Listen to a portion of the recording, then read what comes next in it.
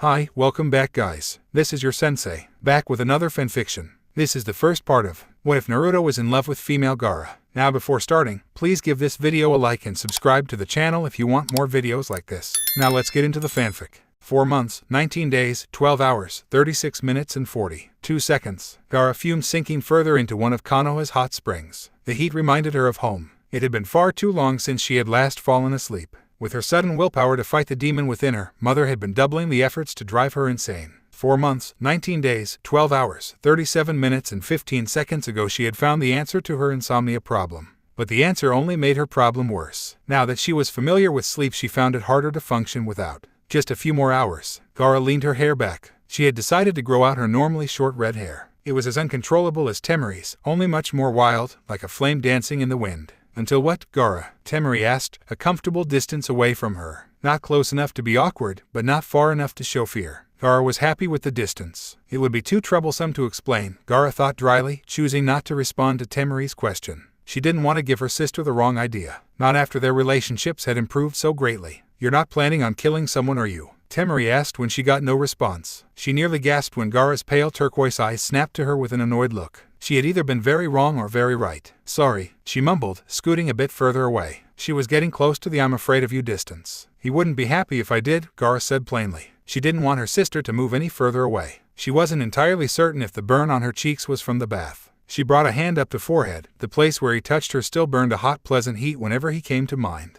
Hey, Temeri leaned in closer, her face bright. As Gara had gotten closer to Temeri, it became apparent that the blonde was a gossip, second only to their brother. Gara returned Temeri's mirthful look with one of disdain. It's one of the Leaf Ninja, isn't it? Temeri was for once unaffected by Gara's glare. Gara was reevaluating the distance she wanted her sister to be from her at this moment. A couple miles would probably be a good start. Let me guess. Temeri was fanning her hands as a way of telling Gara not to speak. Not that the thought had crossed her mind. It's the green one, right, Rock Lee? Gara briefly considered whether it was illegal to murder a sand ninja in Konoha. It was at the very least frowned upon. Sasuke, Temeri asked, a smirk on her face. They had just failed a mission to aid Konoha in the retrieval of Sasuke-uchiha. Gara rolled her eyes. I'm done, she said curtly, quickly rising out of the waters. This was mostly pleasant. She offered her sister, while the idea to stay in Konoha had been Gara's idea. The hot spring trip was due to Temeri's persistence. It's Naruto, isn't it? It wasn't a question. It was a statement. Gara was glad she was already past her sister. Her cheeks were burning. However, the spot where he touched her burned twice as hot.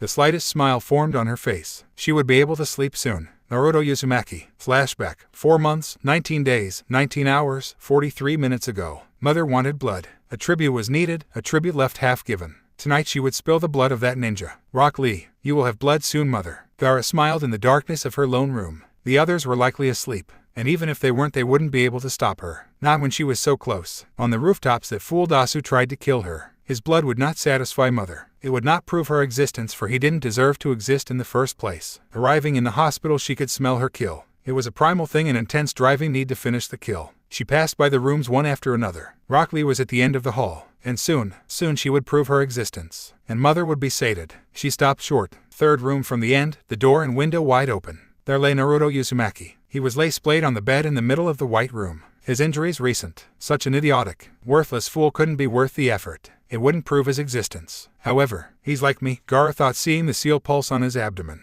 I'm like him. The thought burned in Gara's mind. To kill another like him would surely prove her existence. And it would be so quick, so easy. A single thought would end the boy's life. Gara walked into Naruto's room, closing the door behind her. Her footsteps lighter than his soft snoring. A sound Gara found. It was a sound Gara could describe. It wasn't important anyways. She willed the sand to begin floating towards Naruto. She suppressed a giggle. Soon his life would be over and his warm blood would be within Mother's sand. Ni Sakura-chan, Naruto mumbled, turning slightly, causing Gara to give a startled jump. It was the tiniest of movements, so small it was almost unnoticeable. Naruto Uzumaki, I will let Mother drink your blood tonight, Gara thought with glee as she began to move closer. She prepared to have the sand strike. The sand shifted, turning into a sharpened blade. Cuts bleed more. Another step, and suddenly all Gara felt was tired. She stood blinking a moment, looking at the sand, ready to strike at Naruto's throat. The sand was almost looking at her expectantly. She looked at it expectantly. There was no voice telling her to kill. No constant chittering about blood. No consuming madness. There was only Gara. For the first time ever it was just her. And she felt tired. A warm feeling swelled up inside of her as she gazed at the sleeping figure of Naruto.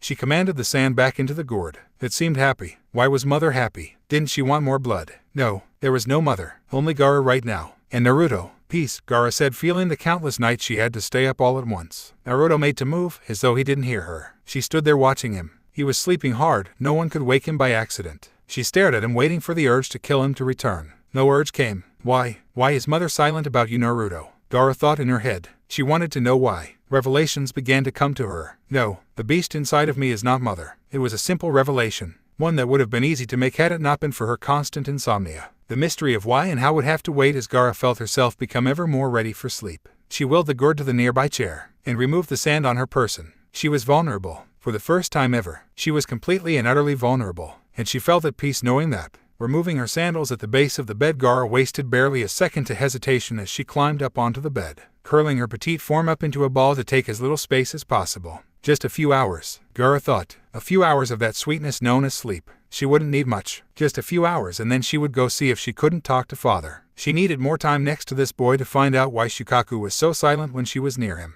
He let her experience something she rarely got. But there was a dull warm sensation of something else entirely. Something that had wounded her so completely it scared her forehead with her symbol. Good night, Naruto Uzumaki, she thought, drifting off into sweet, sweet sleep. 4 months, 19 days, 20 hours, 41 minutes and 13 seconds. It was dark now. Gara couldn't help but smile. While her control over its cravings was great, she craved to be free from having to constantly fight for control. Naruto had given her control twice now. He could beat the thoughts of the demon while it was contained within her. And when the demon was in control, he could beat that too. She was once a slave to Shukaku, but Naruto had freed her of those bonds by simply being Naruto Uzumaki. The name brought a smile to her face as she leapt into the warm night air of Konoha. Your existence is so great I no longer need to prove mine. So she wasn't entirely sane. As she jumped rooftop to rooftop towards the hospital, she began to wonder. Had she traded one master for another? True, she no longer needed blood to feed mother, but now she was crippled by sleep. She could feel its need greater now more than ever. The sleep that only Naruto could safely give her. A small part of her also knew that she wanted to be close to him for more than just that reason. But the pragmatic Gara's only goal was sleep. That sweet sleep only Naruto Uzumaki could provide. She found that she enjoyed saying his full name. Saying it somehow made him feel more real to her, more important to her. Before, when she said the full name of those she wanted to kill as a way to measure their existence. With Naruto Uzumaki it was a way to feel his existence. His window was easy. But was he asleep? Floating slowly atop her sand, she peered into his window. There he was, haphazardly sprawled along the bed. All of his sadness about failing to bring Sasuke back vanished in his sleep. The effect of simply seeing him sleeping brought Gara a large amount of peace. She scooted closer. As her foot hit the window edge, the freedom returned, and Gara felt tired. There was no hesitation now. She removed her sandals, setting them gently to floor, and commanded her sand to rest on the guest chair. This was as close to giddy as Gara had ever felt. She curled up on his bed once again. Sleep was coming quicker now. She was facing him this time. She thought she was in control now, that she was the one dictating her actions. So why was her arm moving up to brush Naruto's cheek? Sleep well, Naruto, Gara whispered, smiling. Ramen, Naruto replied in his sleep. Tsunade frowned, largely because it was early in the morning and she was not a morning person. And Shizune was not supposed to arrive and help her for another hour or so. She needed more of a morning person to help her. She needed to check on the patients of the Sasuke retrieval team. Many of them were stable but still in critical state. Entering the yard, she saw a young pink-haired girl standing in front of the door looking eager. Tsunade-sama, Sakura chirped happily. Ah, Sakura, here to visit Naruto? Tsunade asked. She paused when she looked the girl in the eyes. No, she wants something else, Tsunade thought, smiling. Yes, Sakura said meekly before her steel showed itself. But I also want you to teach me. All right, you start today. Grab a clipboard and follow me while I check on some patients. Tsunade waved her hand and Sakura quickly fell into step. After a brief overview of her expectations for the day, they went on Tsunade's rounds. First stop, Naruto Uzumaki, largely because of dual bias of both women. Sliding open the door, the two were instantly confused by the sight before them. Naruto was lying in his bed snoring quietly, a bit of drool around his mouth. He looked incredibly happy and peaceful, with his arms wrapped around the small redhead Gara. Their legs were entangled and the covers were discarded haphazardly around them. A redhead, Tsunade mumbled, and a foreign Jinchuriki pinching the bridge of her nose. Tsunade began to wonder if it was a genetic thing. That's kind of cute, Sakura said, a slight blush on her face. Should I write that down? Tsunade's glare wasn't very good as Sakura just continued to giggle. Marching over to the sleeping pair, Tsunade eyed them directly from above. Gara's face was buried in Naruto's chest and her hands bunched up in front of her, gripping Naruto's shirt lightly. A few tear marks on the shirt and Gara's face indicated that she had cried during her sleep, but the soft, tender smile on her face showed that she was enjoying herself. Tap, tap, tap. Gara was awakened by the sudden tapping on her temple. Her teal eyes shot open. She was staring at Naruto's shirt. She felt his breath on the top of her head, his arms around her, their legs entangled. She shot her eyes towards the ceiling, seeing the half-smirk, half-frowning blonde Hokage she had been briefly introduced to yesterday. Fear overcame her as she attempted to remove herself from Naruto's arms. She didn't want to leave, and they didn't either. A gasp escaped from her as Naruto pulled her in tighter, placing her head under his chin. I see Naruto's a cuddler, Tsunade said, smirking as she made a move to help the poor trapped girl. Carefully removing Naruto's arms from Gara, the Hokage greeted enough of an opening for Gara to squeeze out. Sakura and Tsunade watched with a bemused look on their face as Gara attempted to quickly put on her sandals, her sand gourd floating into place as she stood. I must be going, she said in her usually rough voice. On normal people her voice might have been able to intimidate them, but her beet red face made any intimidation tactics fall flat. She made it to the door, sliding past that pink-haired girl. Sakura. Sakura smiled at her. It was a knowing smile. Gara attempted to glare at her. The glare was something that Gara had a small amount of pride in. While it was a natural development, it had proven incredibly useful to get what she wanted. On all but the strongest and most fearsome ninja, the glare might have had some effect. But this was Sakura. Sakura, the foolish pink-haired girl that had stared her down as she was attempting to kill Sasuke. Even with her demonic-induced madness, Sakura didn't back down. And now, blushing and as far from Shukaku as she had ever been, Gara didn't have any hope of staring down the girliest girl in Konoha. It was humbling. I should kill her. That thought wasn't from Shukaku. No, that was a Gara thought, one that caused her to pause. She quickly tried to remove the thought from her mind. Naruto cared for Sakura if him mumbling her name in his sleep was any indication. Another reason to kill her. Gara's left eye twitched as that thought passed through her head. She attempted to leave quicker. A firm grasp on her head forced Gara to stand still. Her sand wasn't responding. A side effect of being so close to Naruto. That was not good, but she did feel rested. Where do you think you're going? Tsunade said. Gara had another thought as her face turned crimson once more. She was caught. She should just kill everyone. It was better than this. Embarrassment. Suna, Gara offered weakly as she attempted to step away, only to find her feet weren't touching the ground anymore. Explain why you were cuddling up against Naruto. The Hokage's voice was hard and firm. There was no room to argue. The only way she was getting out of this was to explain. Sleep, Gara said, and found that her feet once again touching the floor. She hated being so small. Gara turned to face Tsunade and stared into her scowling face and dancing brown eyes. My demon. She looked at Sakura. Shukaku doesn't let me sleep. And what does Naruto have to do with that? Tsunade rose a golden at the girl while Sakura looked to be lost in memories. Perhaps of her lost comrade Sasuke. During the Chunin exams, Shukaku wanted me to kill Naruto. She waited for retaliation or gasps. Neither happened. I tried to, but when I approached him I couldn't hear Shukaku anymore. I was myself. I could sleep without fear next to Naruto. Gara didn't dare look them in the eyes. She heard Sakura giggle. Kakashi always did say Naruto slept hard enough for two, Sakura said, suppressing her laughter. Then ever since Naruto defeated Shukaku I've been trying to suppress it. And it's been working. But I needed sleep, and only Naruto could let me sleep. I see. Tsunade set her face flat as she wasn't entirely certain if she should be yelling at a ninja of another village sneaking into a hospital to literally sleep with one of her injured ninja. Next time you should ask him though. I don't think he'd mind. Mirth. She decided on mirth. Gara's blush returned. And you won't have to wait 5 months before you can safely sleep. She ruffled Gara's dark red hair. Stop blushing, you look like a tomato, Tsunade said, laughing as the girl's embarrassment quickly turned to anger. The sand flared to life around her. Why am I just like Kushina? Tsunade thought, laughing inwardly. Now get going, I need to check on his health. She left the still fuming Gara and amused Sakura in the hallway. Gara turned to make a quick exit. Hey, Sakura started. You should ask Naruto out. He's oblivious and you two would make a cute couple. Gara could feel her cheeks burn. The spots where he touched her naked skin without sand, burned hotly. Gara said. Not once in her lifetime had she ever thought about being in a relationship with someone. She once thought it was pathetic, a distraction before people eventually died,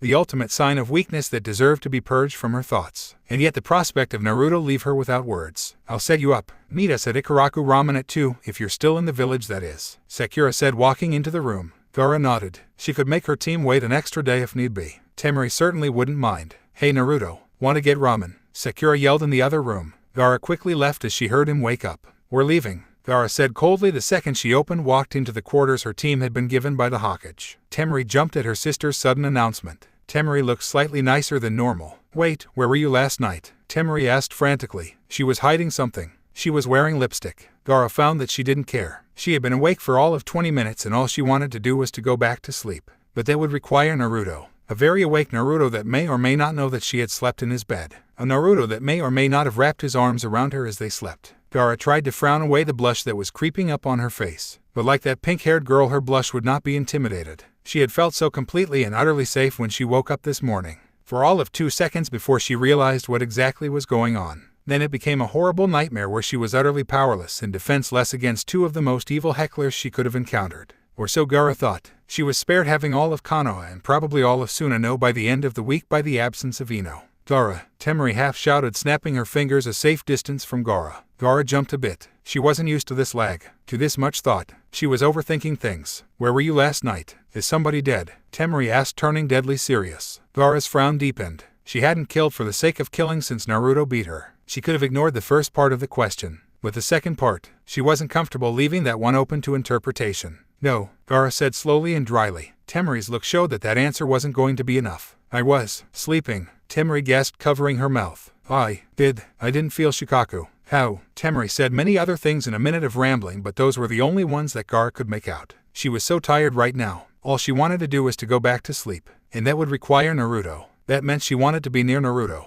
Being near Naruto meant many things. Gara hated feeling embarrassed. It was one of the emotions that came easiest to her. It was rather troublesome. She heard coming from the doorway she left open. She hadn't expected to be here this long. Simply get her brother and sister and leave. But now it appeared as though fate had other plans. Is that how you greet every girl? Temari shot back at the intruding figure. Gara turned and saw that it was the tired-looking boy that had lost to his sister in the Chunin exams. Gara shot her sister a look. Temari shot one back. Only ones that make me show them around town, Shikamaru said, fidgeting with the brace for his broken finger. He regarded Gara slowly. There was that fear of her that she had been used to feeling off people. She liked that people still feared her. It was a nice feeling that some things were the same. But that was part of the problem. She didn't like the fact that she liked it when people feared her. She wanted to change that to prove that she was the demon that slept inside of her. So about the sleeping, Temari asked in a hushed tone. Shikamaru likely heard her, but if he did, his face didn't care enough to show any emotion other than painstaking boredom. Gara looked at her sister. She wanted to glare away the question. The glare wasn't working.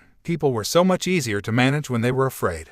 Gara began slowly, trying to find the right way to answer the question without answering too much. Because the truth that Gara can fall asleep without fear as long as it's in the same bed as Naruto Uzumaki was not something that the public or anybody ever needed to know. Not now, not ever. Found a way to sleep without Shukaku coming out. Short, simple. Really? What is it? It's in Konoha. Do you think we can take it back to the sand? Gara was in shock as she watched her sister's face dance with happiness. How was it possible to be so happy for someone else? No, we can't take him to Suna, Gara said without thinking. She didn't even realize what she said, until she saw Temari's face blossom with excitement. Such overjoyed enthusiasm was rare on her stubborn workaholic sister. And Gara briefly wondered how long it would take to bury Konoha in sand. Sister included. It's Naruto, isn't it? Shikamaru said casually, leaning against the door. Gara gave him a look that could kill. Shikamaru backed down instantly. Look, I just saw you leaving the hospital this morning when I went to see Choji. Gara's face began to turn red as she remembered in great detail what happened less than an hour ago. That, and I heard Sakura explaining to Naruto that he had a date with you. A date? Temari half shouted. Then why did you want to leave so early? The pregnant silence filled the air as Gara glared at the wall. She was hoping that the wall would suddenly explode and she would have to fight something. Gara, are you embarrassed? Temari hit the nail on the head quickly. Do you not want to go on a date with Naruto? No, it's I. Gara found herself at a loss for words. She felt Temari's hand touch her shoulder, the sand wrapping around her sister's hand. It wasn't going to Temari, but the sand made it known that it was watching. What do you think of Naruto, Gara? Temari's voice lacked any hesitation. Her fearless posture, concerned look on her face, and kindness in her voice spoke volumes to Gara as she wondered if this is what having a sibling truly felt like. Should I go or something? Shikamaru said from the door. Gara was glad. It would give her just that few extra seconds to arrange her thoughts. Just sit down, Temari ordered. Shikamaru slouched down in the doorway with a light thump as he took a sitting position in the middle of the door. Temari scowled at him was a temporary thing as she looked back at Gara. Temari tightened the grip. Naruto is like me, Gara said, bringing a free hand to her stomach. To the seal, Temari knew. He grew up alone. He grew up being feared and hated. Like me, Gara sighed deeply, remembering the fearful looks the villagers of the sand gave her. But he didn't give in to the darkness. He's too bright, too happy. The rug on the ground was really very interesting. He showed me that it's not too late, that I could be myself. And the sleeping, Temari probed. I don't know, Gara said, still learning every fiber of the rug on the ground. I discovered it when I went to kill him. She waited for the gasps, the shock. They knew her too well. Back at the Chunin exams, I was going to kill him. It wanted me to, she explained, clenching her fists at the thought of what she used to be. But I couldn't do it, Gara admitted. I tried to, but when I got close to him I couldn't. I couldn't hear its voice anymore. There was no need to kill, no thirst for blood. For the first time ever I was alone. Gara's fist trembled slightly. Except for him. He was there and I felt so tired. So that was when you wanted to talk to father? Temari asked, raising an eyebrow. Gara nodded. Damn, Gara's thoughts exactly. I feel like I don't have to worry when I'm around him, Gara said finally. Like I'm safe and that he'll do what he can to make me happy. That's Naruto for you. He may be a pain in the ass, but he hates seeing other people suffer, Shikamaru said from the door frame. Temari glared at him. Look, Gara, Temari said flatly. I think that if you're able to sleep and not have to worry when you're near Naruto, then that's something you should hold on to. But you should do what you want to do, okay? Do what I want to do, Gara repeated back as Temari's hand left her shoulder. Gara pondered those words as Temari left with Shikamaru. I want to sleep, Gara said flatly, eyeing the clock. And much to her distress, sleep would require Naruto. It would be so much easier if he knew about it. She wouldn't have to sneak into his room. He might even make a trip to Suna to give her some sleep. Suna, her home. The council was already talking about making her Kasuke. It had been her family's duty for generations now. They weren't called of the desert for nothing. The sudden death of their father left Suna without a proper heir. Temari was strong, for a genin, and smart. Kankura was strong as well, but they both lacked the willingness to be Kasuke. And they were both not strong enough. That left Gara. She was strong. Perhaps the strongest in the village. What better way to protect a desert than with the desert? But Gara was a demon, and many of the people she would be protecting in the sand. Gara wanted to change that. She didn't want to be a demon anymore. She wanted to prove herself to the village. As the Kasuke, maybe she could get Naruto through some political marriage. That thought caused Gara to turn bright red as she sat alone,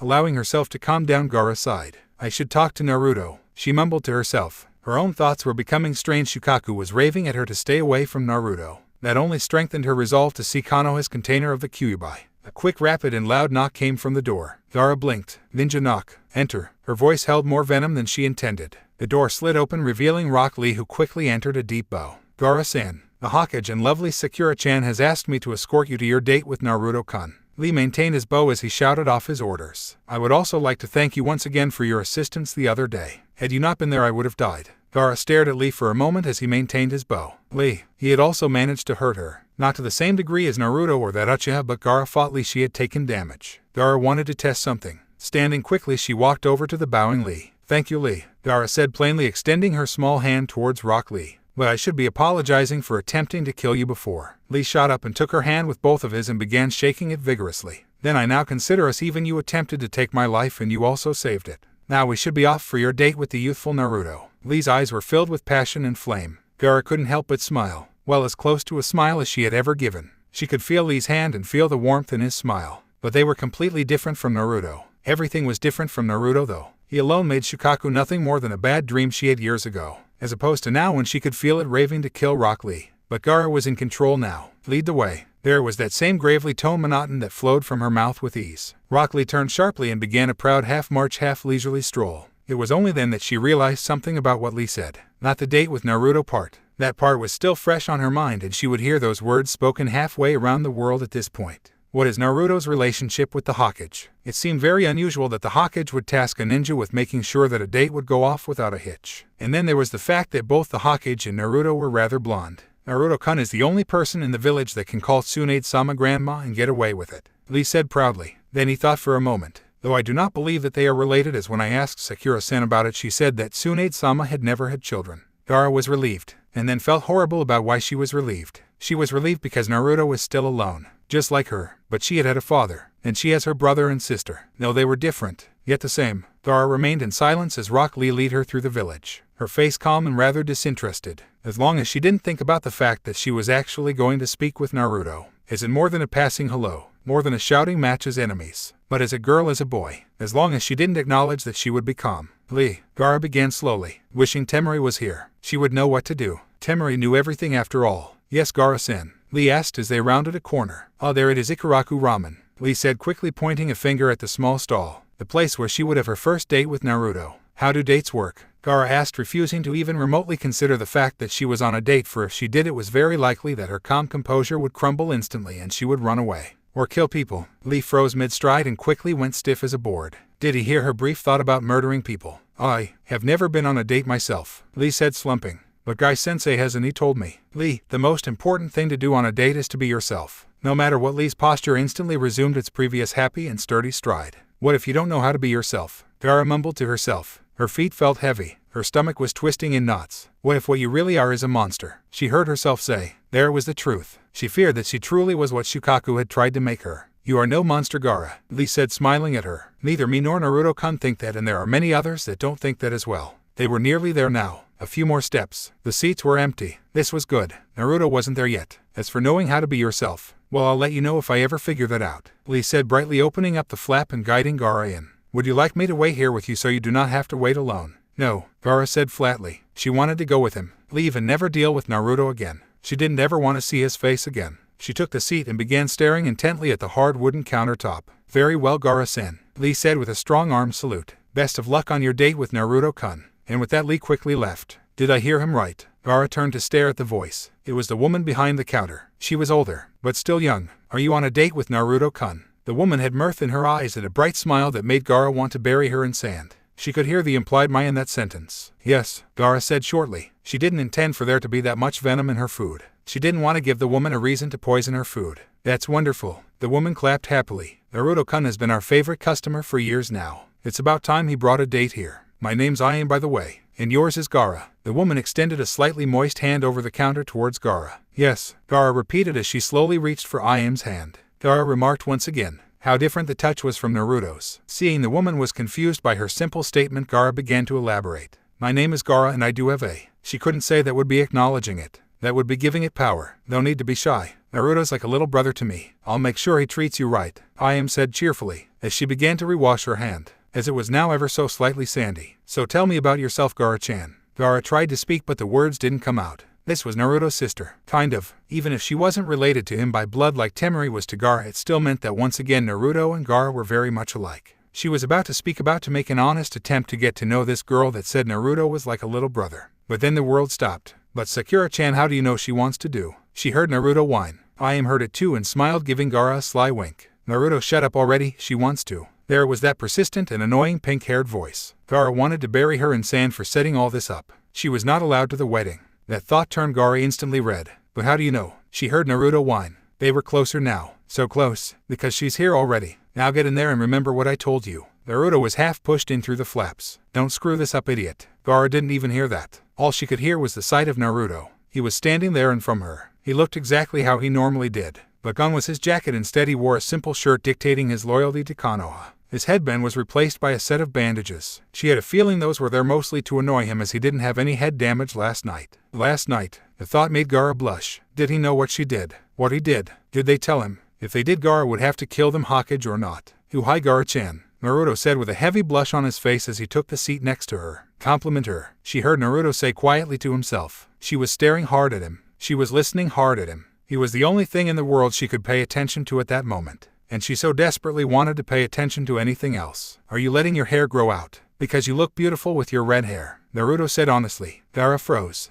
Beautiful. Her face felt hot. She couldn't deal with this. In an instant, Gara was in a cocoon of sand sitting on the stool, her small legs poking out from the bottom. To the whole world she looked ridiculous. But that didn't matter. Gara couldn't see the world, so the world didn't exist right then. That is adorable. Iam slowly squealed in delight. She looked at the terrified Naruto, who looked like he was about to have a heart attack. What'd I do? Naruto asked frantically, looking back and forth between Iam and the Gara egg. Nothing bad. Iam was smiling as brightly as Naruto did. You just made her really happy is all, and probably equally embarrassed. Iam looked half tempted to tap on the Gara egg with her ladle. Naruto said slowly as began to calm down himself. His face felt really not right then, and he was probably blushing. Gara-chan, are you okay? The egg was silent. Then a small part of it crumbled away. Naruto couldn't see inside of it because it was so dark. But he did try. Can you say that again? Gara's voice was like a pebble rolling down a silk curtain. Naruto blinked at the hole in the egg. While he didn't have any experience with dating, he was fairly certain that this was not normal. You're beautiful, Naruto half said, half-assed. But it was all truth. It wasn't something he had ever considered before in Gara. Before, she was a bloodthirsty maniac. But now, after seeing her again,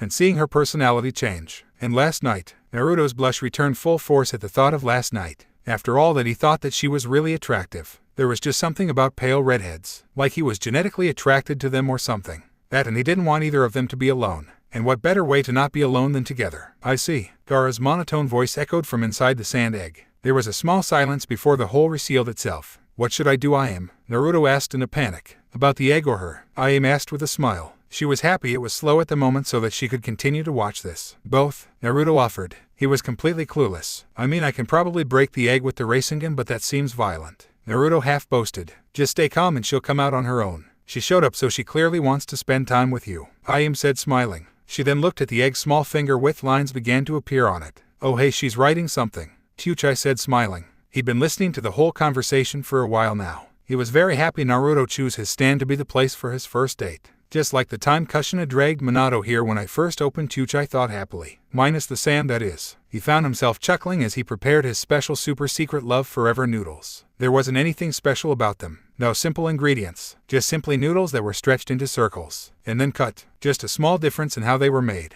And the fact that Chuchai believed they were special. He had given Kushina and Minato the same noodles, so he had a bit of faith. What's it say, what's it say? Naruto asked excitedly, bouncing on his seat. I.M. smiled as she leaned in close to read the words. Let's see. It says, you look good as well, Naruto. This is just too cute. I.M. half squealed. Naruto smiled and blushed. Thanks, Naruto said to the Gara egg. But can you come out now? The egg was silent, and then the sand fell. Gara's face was once again the emotionless mask the world was accustomed to her wearing. Her body language was cool and calm. She believed that she would be able to maintain this composure for the entire date. But with the way her heart was going bub, she knew it was going to last. Maybe she'd have a heart attack before things got much worse. So what'll you two lovebirds have? That composure didn't last long at all. Perhaps if I.M. knew that she was teasing two of the most powerful shinobi in the future, she might not be teasing them as much. Then again, she probably would. Gara shifted her gaze to Naruto. The blush on his face brought her no small amount of relief. She wasn't going to suffer alone. She was going to cling on to Naruto and drag her down the hellish emotion of embarrassment so that she wouldn't suffer alone. Order for me, she commanded Naruto.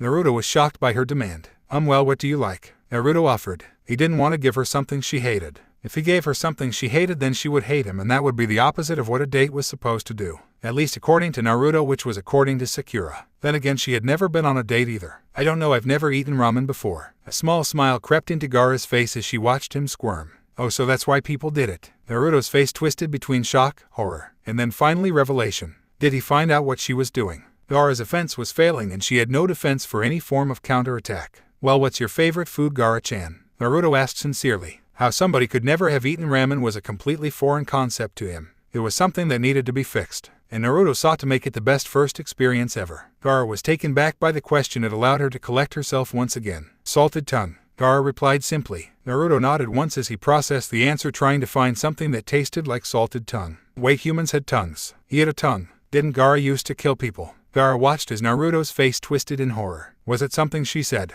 Or was he suddenly realizing that he didn't want to be here with her? And then she realized what it sounded like. Cow tongue. She explained, her face growing hot as she watched Naruto's face twist from horror to relief. Oh, aha, that makes a lot more sense. Naruto scratched the back of his head in an attempt to shake off the embarrassment. Gaara began slowly. Never made me eat them. She didn't know I am. But she needed to know that Naruto knew she never actually ate somebody. It seemed direly important enough to risk letting other people know about her fight against Shukaku. That's good, let's get you the beef ramen then. It's from a different part of the cow than the tongue. Gaara almost wanted to point out that they were very different, and just because she liked one didn't mean anything, but decided to drop it. One miso ramen and one beef ramen, I am. Naruto shouted happily. Coming right up, I am said happily. She chalked up most of their conversation to ninja, and she decided that she needed to make the mood happier by being happy. It was waitressing rule number 1 on her father's training list. And then came the horrible awkward silence on the first date where neither of the two know what to say. Naruto's eyes kept dancing around. It was only ramen, so he had to wait like 5 minutes tops. But for Naruto, those 5 minutes felt like an eternity. He kept looking at I.M. back to Gaara, her face, her eyes, her hair. That lovely red hair. What was it about red hair? He was just drawn to it. It was why he thought Sakura was pretty. He settled, staring at her hands. Gaara was like Waze having a panic attack. She paid infinitely close attention to the grain on the counter. Its every single line a twisting, swirling maze. She so desperately wanted to pay attention anything but Naruto. She was failing that task in every sense. He saw his eyes dart around the room. Did he think I.M. was pretty? Why was he looking at her? Was something on her face? Avoid eye contact, stare at wood. Why is he looking at my hair? Why does he like my hair? Is that all he likes? Why is he looking at my hands? Naruto began so smoothly, a bit of suaveness in his voice. Just a bit, like a grain of suaveness in an ocean of awkwardness. About last, the world went in slow motion. He was going to say night. He knew. Did somebody tell him? Who was she going to kill? Everybody. Everybody sounds good. Very plausible option. Everybody but Naruto. She needed him for sleep. Wait, maybe she just needed his body. He was forming the end now. She could see his tongue touching the roof of his beautiful mouth. Wait, beautiful. No time to think, need to shut him up. Can't hear the question. Can't let him know. If she kissed him, that would shut him up. Wait, what? No, that would make things worse. Wait, her sand. Sand was good. Naruto watched as the sand began to swirl around Gaara. Damn it, not again. He needed to talk to her. To find out what happened last night. To let her know that he enjoyed it. That it was her that stopped his nightmares last night. He needed to know that she knew. But he was bad with words. Action, he was good at action. Not again. Naruto shouted, jumping towards Gaara as her sand cocoon formed around her, with Naruto half trapped inside of it. Why am I so? Gaara asked herself in the darkness of her egg. She was alone. with just her thoughts. Naruto was close enough that Shukaku wouldn't be bugging her. Is this what being alive felt like? So empty-headed. She could literally feel herself think. So what? Naruto's voice rang clearly in the darkness. She could feel his breath. How did she not notice it before? His face was so close. She could feel his heat. It was making her melt. That undeniable warmth she had felt this morning when she woke up in his arms. Arms. One of his was touching one of hers. On that hand. They were touching. Skin to skin. Is this sex? Was she going to get pregnant? Sorry about last night. Gara froze. How was she going to explain herself? How was she going to tell him that she found out that she could sleep next to him without Shukaku coming out only because she was trying to kill him? I don't care how you ended up in my bed, but I really like it. It was nice. Wait, what? Can you repeat that? Gara felt like she was going to ask that a lot with Naruto. There was too much to process. I like sleeping next to you and waking up next to you. Naruto said honestly his leg was twitching outside of the cocoon and he couldn't really move around much. He grabbed one of Gaara's hands with his own, but the other was stuck inside the sand. There was no blush where Gara heard his words, no sense of embarrassment, no shyness. The only thing that Gara felt was a wave of utter happiness wash over her. That happiness made her do something stupid, and quickly turned into embarrassment. Me too, Gara mumbled happily as she kissed Naruto on the nose. Naruto's world went blank as he felt the rough chapped lips of Gara surround the tip of his nose oh so briefly. His first kiss, his first real kiss. It was on the nose, but that didn't matter, it was real and from a girl. That last part was important. A kiss on the nose from Gara. That was more important. Oh, and she liked sleeping with him. Bonus. We should continue our date, Naruto said once his mind was able to fully process reality again. And suddenly he was falling to the ground. But the sand caught him and gently guided him to the floor. He stood up quickly and saw Gara staring at her bowl of ramen. He saw his own. Thanks for the meal, Naruto shouted enthusiastically as he split the chopsticks. Thanks for the meal, Gara repeated and mirrored Naruto's splitting of the chopsticks. She saw him happily slurp up some noodles. She'd never eaten ramen before, or any other kind of soup. She quickly found out that beef ramen was awesome. The thin slices of beef mixed well with the veggies and broth. She ate one of those first, with a satisfying slurp. A bit of the juices slapped up into her face. She eeped in surprise. She quickly looked to see Naruto smiling at her having paused from his own meal, an act that seemed to amaze him. Is it good? Naruto asked hopefully. Gara simply nodded and decided that actions spoke louder than words. She began slurping up moderate portions of noodles. She tried everything in the dish one at a time, and then she got to a weird star with a pink swirl in the center of it. It looked like a cookie kinda but had the texture of the egg. It was spongy. Timidly she took a bite out of it. Oh, she heard Naruto say as soon as she bit down. She quickly turned her head towards him. Was he hurt? Did somebody hurt him? Was she going to have to bury somebody? Then she saw him smiling at her. She felt her blush returning. He was pulling a joke on her. Oh what? Gara asked as she finished her bite of the weird thing. It was quite tasty. You bit me, Naruto accused, pointing a finger at her with a large smile on his face. Gara blinked. She didn't understand his joke. No, I bit into this thing. Gara didn't like that Naruto was giggling at her. He should be giggling with her. That's a Naruto Uzumaki, Gara-chan. Gara blinked at his explanation. And I'm Naruto Uzumaki. She continued to blink. I see. She stared at her Naruto Uzumaki, opened wide, and at the whole thing whole. Naruto's taste good, she said with a small smile on her face as she resumed looking at her own ramen. She saw his blush as he resumed eating his ramen. Oh my, I am squealed happily from the counter. While she would never consider a ramen date romantic, these two were unbelievable cute. She blamed Ninja. She saw it just floating there in his ramen. A perfect little Naruto Uzumaki, just sitting there, unguarded. Her strike was quick and sudden, a single noodle of her own ramen trailing behind as she went for Naruto's Naruto Uzumaki. Success target acquired. Delivering package to mouth. Hey, Naruto whined as he saw Gara eat his Naruto Uzumaki. She gulped it down and formed a small smile on her face. Why'd you do that? He asked with a pout. No cannibalism.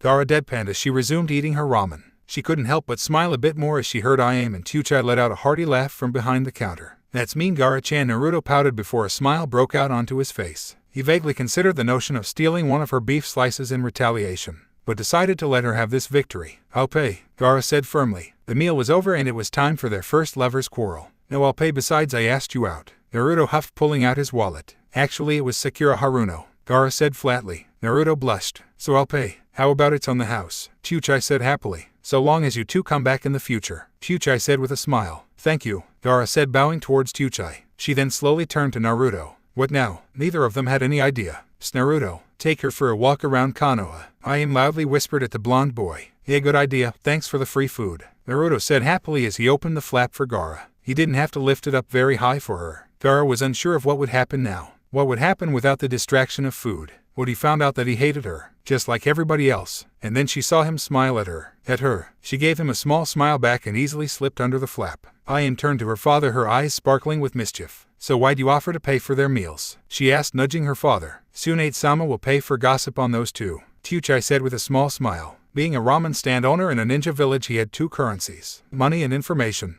Naruto was completely aware of everything he was saying. His lips were moving and sound came out. It was such an easy thing to do. But he honestly couldn't remember what he was talking about. Not that he ever did. One thing though, was that he remembered every single reaction Gaara had to his words. He told her about the mission to wave at least twice at this point, about the fight with Orochimaru, and about the time he painted the Hokage monument. Gaara was only vaguely aware of what Naruto was talking about. She wasn't bored by any means. She was thoroughly entertained for most of it. It was just that Naruto was so distracting. And he talked so much. He talked enough for 1 3/4 people, which was absolutely fine because she barely spoke enough for a quarter of a person. Together they talked enough for 2 people. Perfect match. That, and she really wanted to sleep right now. She had gone years without sleeping before, now she couldn't imagine how she'd make it until night. Not with Naruto in such blissful rest so close, and if he wanted to hold her again, she wasn't going to complain. She wanted him to hold her now though. Eyeing his hand slightly, she felt her cheeks heat up. That would be lewd though. It was then that she became aware of the stares of the villagers. Naruto had noticed Gaara's silence. It was longer than it normally was. He wanted to know what she was thinking. His nose still tingled warmly from where she had kissed him. That simple gesture would have him beaming for months. That was when he saw her turn her head, her small warm smile fading for the first time all day. She avoided eye contact like the plague. It was then his eyes slowly widened in realization, and then he too became aware of the stares. They're glaring at us because, their thoughts echoed with one another. I attacked their village, but hers was a recent guilt, of the Kyuubi, and his was an old scar. I'm ruining our date. Their conclusion was in unison. The mood of twitterpation left the two quickly. There they were standing in the middle of a busy street, parents and ninja alike were all glaring at them. They went out of their way to leave them alone in the cold world. Gaara became aware of Naruto's silence. It never lasted this long before. She looked over to him fully. Seeing his frown instantly made her realize that she was also frowning. Now he thought that she didn't want to be with him, that maybe she had somehow grown tired of him. Her frown deepened. To hell what these villagers thought about her. To hell what they thought about Naruto. She claimed him quickly, right there on the street. Bare skin quickly met bare skin before slowly entangling themselves in one another. The sand offered them privacy, encasing them in its embrace. It was going to get very hot. She smiled at him as she held his hand. Naruto jumped as Gaara grabbed his hand quickly. Gaara-chan, he asked suddenly with a half stutter. He felt her weave her fingers in between his own and gripped tightly. His frown snapped into a smile. He watched in curiosity as a bit of Gaara's sand covered their hands. This was their string of fate. Gaara's blush was an amazing thing to behold. Let's go where there are less people, Gaara said with the slightest of smiles. It was a small warm thing, and it made Naruto's heart go pit-a-pit-a-pat. He silently decided to see just how big he could make her smile. I know just a place, Gaara-chan. And so Gaara found herself running after Naruto as he pulled her along by their sand-encased hands. Though truth be told, Naruto had no idea where he was going. That didn't matter though, as long as he was going somewhere with Gaara. They ended up at a log that served as a natural bridge near Training Ground 3. Their hands were still encased in sand. They were swimming in sweat. It was becoming mildly unpleasant. Who, Gaara-chan? Naruto asked as he slowly began leading her across the log. He heard her low hum. It was a quiet sound and he was grateful that they were away from all the people, only he wanted to hear that. It was so cute. Do you mind letting my hand go? It's getting kind of sweaty. He didn't want to let go of her, but he didn't want to have their hands swimming in sweat either. The sand's a little warm. Sorry, Gaara said with a blush, forcing the sand down and away from them. She examined her own slightly moist head slick with the combinations of hers and Naruto's juices. It would be easy to go days without washing it in Suna. Just what was Naruto doing to her? Is this who she really was without Shukaku? I have an idea, Naruto said cheerfully. He stepped down onto the water. A soft glow separated him from the water. He was getting quite good at water walking. It was almost second nature at this point. Reaching up, he grabbed Gaara's dry hand with his own and led her further down the log, before sitting down on the log, all but dragging her down with him. See, nice and dry. My butt's wet, Gaara observed without complaint. Naruto looked at her and then he began to smile in amusement, which developed into chuckles. It was a slow start, laugh building with each chuckle before it exploded into a roar of laughter. Gaara was offended for all of a second. Worried she said something odd for two, she then realized what she had said, before she smiled and began joining him in his laughter. It was infectious, a bubbling disease that killed sadness and brought people together. Gaara vaguely wondered why nobody had ever tried to conquer the world with such laughter. It surely wouldn't be too hard, or at least much easier than force. Naruto's laughter slowed as he heard Gaara's laughter. He looked endearingly at her. It was a sweet and raspy sound, a pleasant combination of coldness and warmth, like coming into a warm cabin after a blizzard. Once again, Naruto found that he wanted to hear that sound as much as possible. The laughter died down, and both let out a heavy sigh. And then for Gara, reality crashed down. She wanted to spend as much time with Naruto as she could, but this would likely be the only time they could do it. Perhaps she was wrong about his dream. She knew what her duty was, to be the Kasuke. But what about his dream? Would he be able to follow her? Naruto. Gara began slowly. She was fiddling with his thumb slightly. She instinctively gripped his hand oh so slightly tighter. What are your plans for the future? Her shoulders slumped like she had just dropped a heavy load. Naruto tensed as though she had just given him the heavy load. He sighed, looking to the skies, noting the orange plushy clouds. Well, first thing I need to do is get Sasuke back. I made a promise to Sakura-chan, and he's kind of like my brother, you know. The sun was getting low in the sky behind them, but there was still time before it set. Then after that, Naruto had an innate sense of dramatic timing, or at last he liked to think he did. After that I become Hokage. That way everybody will respect and acknowledge me. What about me? Probably the worst question to ever be asked on the first date, with the exception of Rock Lee, who once asked a girl to marry him. Naruto looked at Gara with widened eyes. She was squeezing his hand painfully tight. I'll figure something out. Besides, you might get sick of me before you know it, Naruto asked, attempting to defuse the situation. He didn't want the mood to be this heavy. He really didn't want it right now. This date was the only thing that was keeping his recent failure out of his mind. No, Gara said suddenly, to what he had no idea. It is your dream to become Hokage. It is something I know that you will achieve. Naruto didn't know it right then, but that was when he fell in love with Gara. She believed in his dream, she believed in him. And I'm going to become Kasuke, she muttered. That's great, Gara. We'll be able to bring peace to our villages, Naruto declared happily. The idea of people not killing each other resonated in him deeply. Gara released his hand and held her own still slightly moist hand in her lap, clenching her fist. Indeed, Gara said, swallowing a lump in her throat. Her tear ducts felt moist for the first time in years. She gritted her teeth. That's why for our villages, this stops after today. Her knuckles were white. With Naruto she didn't have to fear what would happen if she fell asleep. With Naruto she was able to feel emotions that she had long since suppressed. But for her village, she would give that up. She would damn herself to those sleepless nights once again. But Naruto wouldn't allow that. Nope. That simple word shocked and scared Gara more than any other word she had heard. She looked deeply into his eyes to see them so full of conviction, it was slightly jarring. That gaze seemed like if he wanted the world he could go ahead and take it, and nothing would stop him. It doesn't matter what anybody else says. Gara-chan, if this is something that you want, then I will break every rule in the book to make it happen. That's the promise of a lifetime, believe it. That was the second time he'd made a promise today. The chances of my village allowing it are practically zero, Gara said softly. She was touched by his words, but she didn't want to offer him false hope. So my chances aren't zero? Naruto asked, his smile growing wide. That's as good as 100%. It was called the Will of Fire because even the smallest of sparks can ignite it in another. It was an infectious thing that if left unchecked would spread through the world like wildfire. And so Gara found herself to be one of the few ninja outside of Konoha to be infected by the Will of Fire. Because the Will of Fire within Naruto burns brighter than the sun. She had tried to remove his false hope.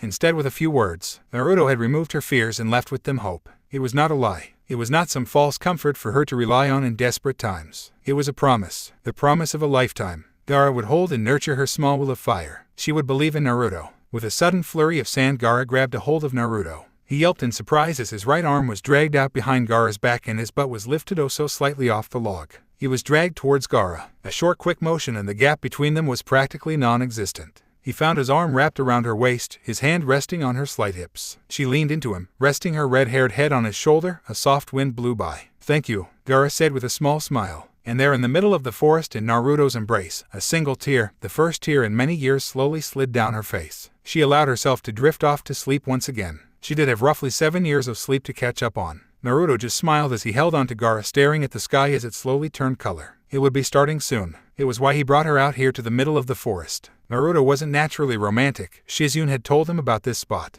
A boy had once taken her out here on a date during the summer. She remembered it more than she remembered the boy. Slowly the silence began to fade as the nocturnal insects began to light up. A group of toads also appeared. Was that Gamakichi? It was. What was he doing here? Who were the other toads? What were they doing? A rock gently hit Naruto in the head. It got his attention as he whipped his head around. He looked forward with half-lidded eyes at the culprit. Jiraiya was standing there in the forest, his hands making an OK symbol while he winked at Naruto. Naruto simply raised an eyebrow as Jiraiya slowly vanished from sight. He waited a moment before turning to look at Gara. She was asleep oh so softly in his arms. It was almost time. He heard the toads start their croaking. It was rough at first, but then quickly took on a more melodic sound while being complemented by the sounds of 1,000 insects chirping.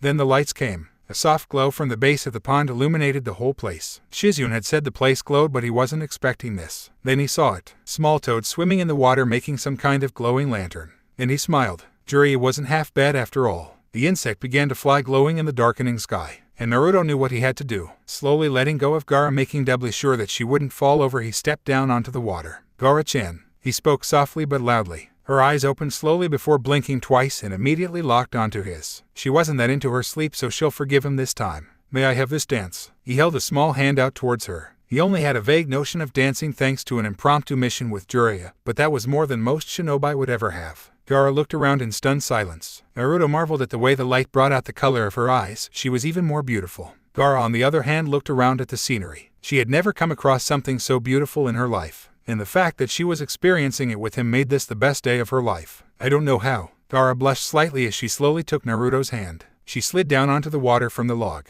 Her sand stopped the water from touching her feet, and she found herself floating an inch above the water, staring right into Naruto's eyes. Naruto chuckled. "That's okay, follow my lead," Naruto said with a smile. It was just like the lady he had to dance with during that mission. Jiraiya watched with a smile as he saw Naruto lead Gara through the dance that he had taught the boy. It was a simple enough 4-step dance. He had a feeling that if he wrote this down and put it in one of his books that it would be a fan-favorite scene. But he couldn't do that to Minato and Kushina, and he wasn't going to do that to Naruto and Gara. "They remind me of them, you know," Jiraiya said as he felt Tsunade appear beside him. She sighed. "There must be something in Namikaze blood that makes them fall in love with red-haired foreign ninja that have a demon in them," Tsunade said with a twitching eyebrow. She then smiled at the duo. "The toad's your touch." "And the lights," Jiraiya said softly. "Dance too." Had a feeling that Brat would end up benefiting from knowing how to dance. He hadn't turned to face Tsunade yet. He was lost in the past as he watched Naruto twirl Gara oh so gently over the water. "You know, if your dates were as nice as this, I might have actually gone out with you once," Tsunade said with a small smile. Watching those two was like taking a trip back in time.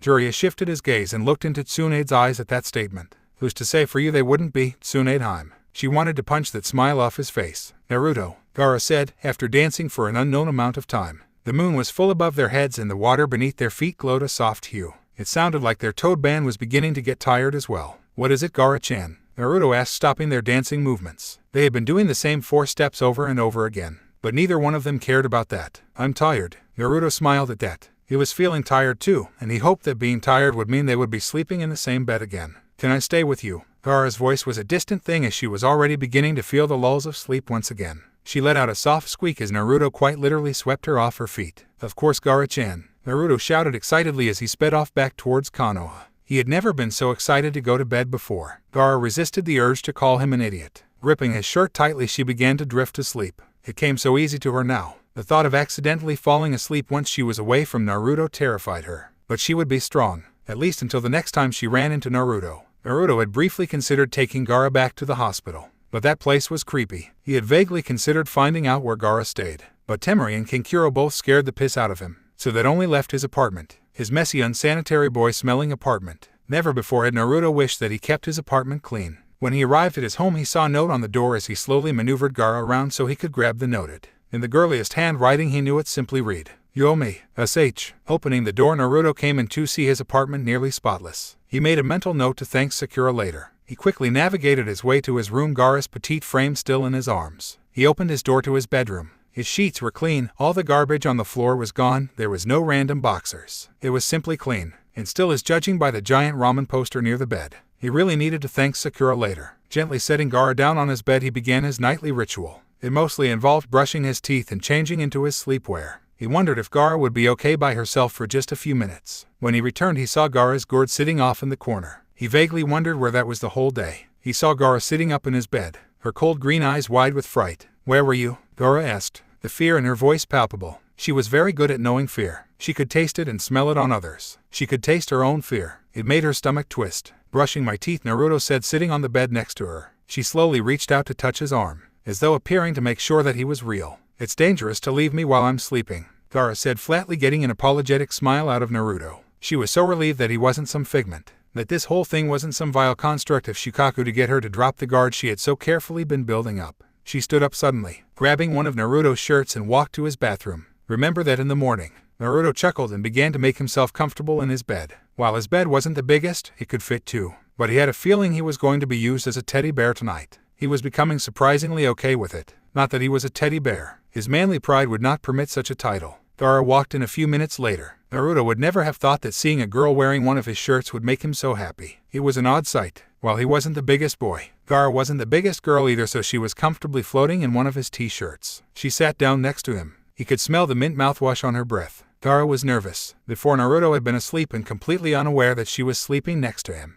Now she had literally asked him. She had his permission to sleep next to him. So why was she so nervous? Would he put her arms around her again? She hoped so, though she only got to enjoy it for the briefest of moments before that blonde Hokage forced them apart. You think too much, Naruto said, slowly pulling her down next to him. Gara could only blush as she got her wish with the arms. She quickly found her face buried in Naruto's chest, her bare legs tangled with his pajamaed legs. She wiggled her arms around Naruto's torso and hugged him tight as he draped his arm around her. Good night, Gara-chan. Good night, Naruto. Sleep took them both within moments, the world going to a peaceful sleep, finally giving solace to two lost souls. In the morning, Naruto awoke to a Gara-less bed. A simple note was taped to his forehead. He also felt like his nose had been kissed. The writing was crude and simple, nothing unnecessary in its calligraphy. Naruto, I have taken one of your shirts and jackets with me. If you wish to have them back, come to Suna. Gara. She didn't really need to sign it. Okay, Gara, what gives? Kankuro finally asked. They had left Konoha 2 hours ago, and Gara kept looking down at an orange-wrapped cloth and was smiling, legitimately smiling. Quite frankly, it was creeping Kankuro out. This was because from his memories, whenever Gara smiled or showed any pleasing emotion for that matter, bodies piled up. Why do you keep smiling, and what are you holding? Gara blinked at her older brother, her face becoming a stoic mask rather quickly. She squeezed the orange parcel that she had been given by Naruto. Well, technically she stole it from him, but she doubted that Naruto would care, so she considered it a gift from him. A precious gift from Naruto, she should get him something. But what would be a good gift for Naruto? She doubted that he would be able to wear any of her clothes. She smiled at the thought, a soft warm thing that had long ago melted her once frozen heart. You're doing it again, Kankuro said gruffly, his eye twitching. Seriously, this was creeping him out. Gara's smile was instantly replaced by a frown at her brother's words. Temari smirked. Gara had a date yesterday, she said in a practically singing voice. Kankuro blinked twice.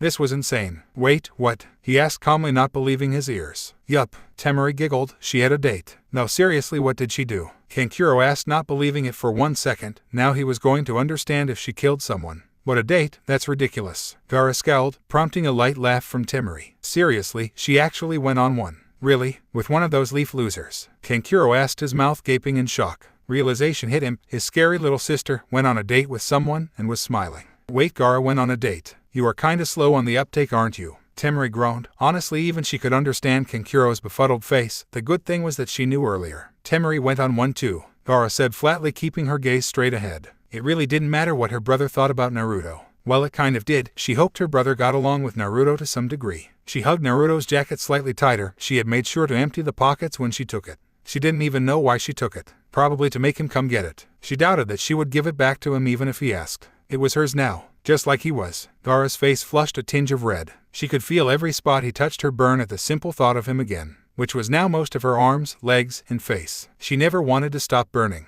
Kankuro just kept gaping in shock at his two sisters. Just a trip to the leaf and they had already gone on dates. Why did it seem like he was missing out on something? He couldn't even muster up a word. It wasn't a date. Temari shouted at Gara, then glared at Kankuro. Temari's cheeks were also tinged a slight pink. It wasn't like she liked that idiot leaf boy anyways, he was such a smartass. But why don't you tell us about your date with Naruto, Gara? Temari asked, hoping to change the conversation away from her own activities. She didn't want Kankuro to know that she had spent hours yesterday watching the clouds pass with that idiot. He took me to eat ramen, Gara said slowly. The beef ramen she had was good, but her favorite part of it was the Naruto Uzumakis. For several reasons, only one of which pertained to the name. Yuha, Kankuro could make out. Gara continued, and then we walked around the village for a little bit and talked. Oh, what'd you two talk about? Temari asked. Gara didn't face her sister, but she could feel Temari's eyebrows move up and down in a suggestive manner. Gara paused for a moment. What did they talk about? She honestly couldn't remember. She remembered being with Naruto in the village. She remembered the glares of the villagers. She remembered the feel of his hand in the village, and her asking to go somewhere more private.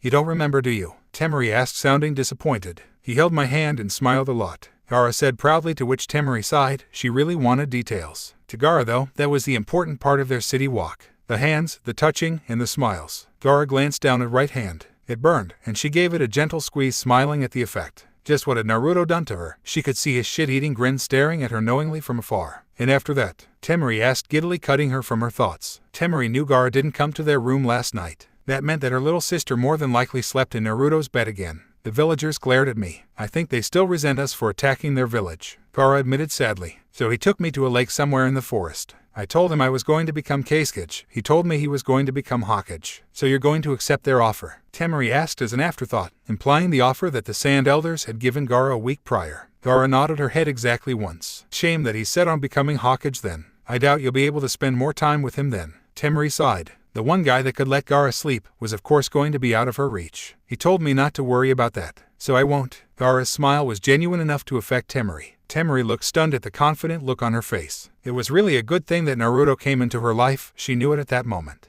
What they couldn't do for her throughout Insomnia, Naruto had done in days. Kankuro had regained most of his bearings and spat out, a scowl on his face, PFFD. That loser has about as much chance of becoming Hokage as I have of becoming Kasuke. Temari glared at her little brother, but stopped when she heard Gaara's soft chuckle. As long as his chances aren't 0, it's as good as 100%. Gara quoted Naruto, a fond smile on her face. Besides, he gave me a promise of a lifetime. She clutched Naruto's jacket once more. I'm going to believe in him. Temari smiled fondly. Now she wanted to meet Naruto properly to thank him. He really changed their lives and definitely, soonest. Who knows what might have happened to the village under a bloodthirsty Gara. But now, she didn't need to worry about it. Still, Kankuro sighed. For a loser like him to become Hokage, the village would have to be pretty desperate. Kankuro, that loser beat me in a fight, and I'm about to become Kasuke, Gara said flatly. Temari laughed out. Kankuro's eyes widened slightly, and was silent for a while after that. Gara smiled at his silence. She had given him something to think about. 40. Tsunade sighed. It had been 6 months since Naruto and Jiraiya had left the village for their training. She already missed the idiots. Fortunately, Sakura was proving entertaining enough. She had pushed the girl harder than she did Shizune and by a far margin. Perhaps she pushed the girl unfairly hard, but Sakura had not only stuck with it, she was excelling at it. But that wasn't why she was sighing. She was sighing because right now, she wasn't a teacher, she wasn't a doctor, she was the Hokage at the moment. The San wanted something and they had sent an emissary probably to do with their announcement as of who the next Kasuke was, as well as the remainder of the details about their alliance. Tsunade-sama, Shizune called out from the door. The emissary from Sand is here. Let them in, Shizune. Tsunade called out. She was desperate for that sake bottle, she wanted it so bad. She rained down curses on Shizune for hiding her stash. I mean, who does that? Shizune quickly walked in with Temari and Shikamaru walking close behind. Tsunade had made Shikamaru the Sand emissary's official escort, largely because he had the most experience in dealing with them and was smart enough not to mess anything up. She shivered had she given Naruto a job of that sort, that was calamity waiting to happen. Hokage-sama, Temari said with a low bow. I am Temari of the desert here and I'm here on behalf of Suna to inform you that my sister Gara has been selected as the 5th Kasuke. Temari pulled out 3 scrolls. I am also to deliver these 3 scrolls to you. Well, let's have them, Tsunade said, foregoing formality. Temari was easy to deal with, reminded her of herself at times and not because of the blonde hair. Temari quickly handed the scrolls to Tsunade. The green scroll are details of the alliance between our 2 villages as well as proposal of sorts, Temari said with a light blush. Tsunade raised an eyebrow at that. Okay, now she wanted to know. The red scroll is an invitation to Gaara's coronation as Kasuke, while the blue one is a personal request from the future god-aimed Kasuke. Alright then, Tsunade said, breaking the seal on the alliance scroll first. Is there anything else, Temari? The blonde sand girl jumped at the casual tone. Yes, I have another scroll to deliver to Naruto Uzumaki and I'm also supposed to wait for your responses to the invitation and request, Temari said firmly, her back straight. Tsunade made her nervous. She was talking to a woman that could level a mountain with a single punch. Sure, she could clear-cut a forest with her fan, but crumbling a mountain was so much more impressive. More impressive. Sadly, Naruto is on a 3-year mission, Tsunade said, frowning. Though I can attempt to send him the scroll during the next report. Temari frowned for a moment before nodding and placing a second blue scroll on the desk. Tsunade commented, looking it over. I'll give you my answer to the request later in the day, but I believe I'll be able to attend the coronation, Tsunade offered with a smile. Now have Shikamaru escort you to someplace nice. Troublesome, Shikamaru muttered as he bowed, following Temari out of the door. Tsunade skimmed over the alliance scroll, looking for anything that caught her eye. She didn't want to read it in detail. That was for someone like Shizune and Kakashi to do. Something caught her eye towards the end of it. In order to further solidify the bonds between our villages, the Council of Elders of Suna requests a dual political marriage. We offer Temari of the Desert to be wed to any citizen of Konoha you desire, while we wish to wed Naruto Uzumaki to our future Kasuke, Gara of the Desert. Tsunade laughed. Gara certainly works fast, she said out loud, waving Shizune over to read the paragraph as well. Shizune's eyes widened. It was comical, the Hokage and her assistant giggling like high school girls. Oh my, are you going to accept? Shizune asked, hugging Taunton tightly to her chest. Only if Naruto and Temari agree to it, but I doubt that either will do it. Those two love their villages too much, Tsunade explained as she rolled the scroll back up. Everything else seemed to be in order. The red scroll for Gaara's invitation was straightforward and formal. You are formally invited to attend the coronation of. Tsunade closed that scroll quickly. She smiled as she began reading the Gaara's personal request. Dear Lady Tsunade, Hokage of Konoha, Gara of the Desert would like to request that should you accept the invitation to my coronation you bring Naruto Uzumaki in addition to your entourage. Should you be unable to attend my coronation, then I would like to request a personal mission of have Naruto Uzumaki attend the event. Should that not be possible, then I will still request a mission for him to come to Suna as soon as possible. You are no doubt aware of the relationship me and Naruto have, as you are also part of the cause of it, for which I thank you deeply. You are also aware that Shukaku, the demon inside of me, does not allow me to sleep. The sole exception to that is when I am near Naruto. That is why I am requesting this. No secret plot to steal your village's Jinchuriki or future Hokage. Just a simple need for sleep. It has been 6 months, and as you are no doubt aware, preparing for the position of Kage is rather tiresome. With utmost gratitude, Gara of the Desert God in Kage. Tsunade smiled reading it. Well, it's going to be a long 2.5 years for Gara. Tsunade let out a laugh as she closed the scroll. She eyed the third scroll with a deep hunger, a message to Naruto.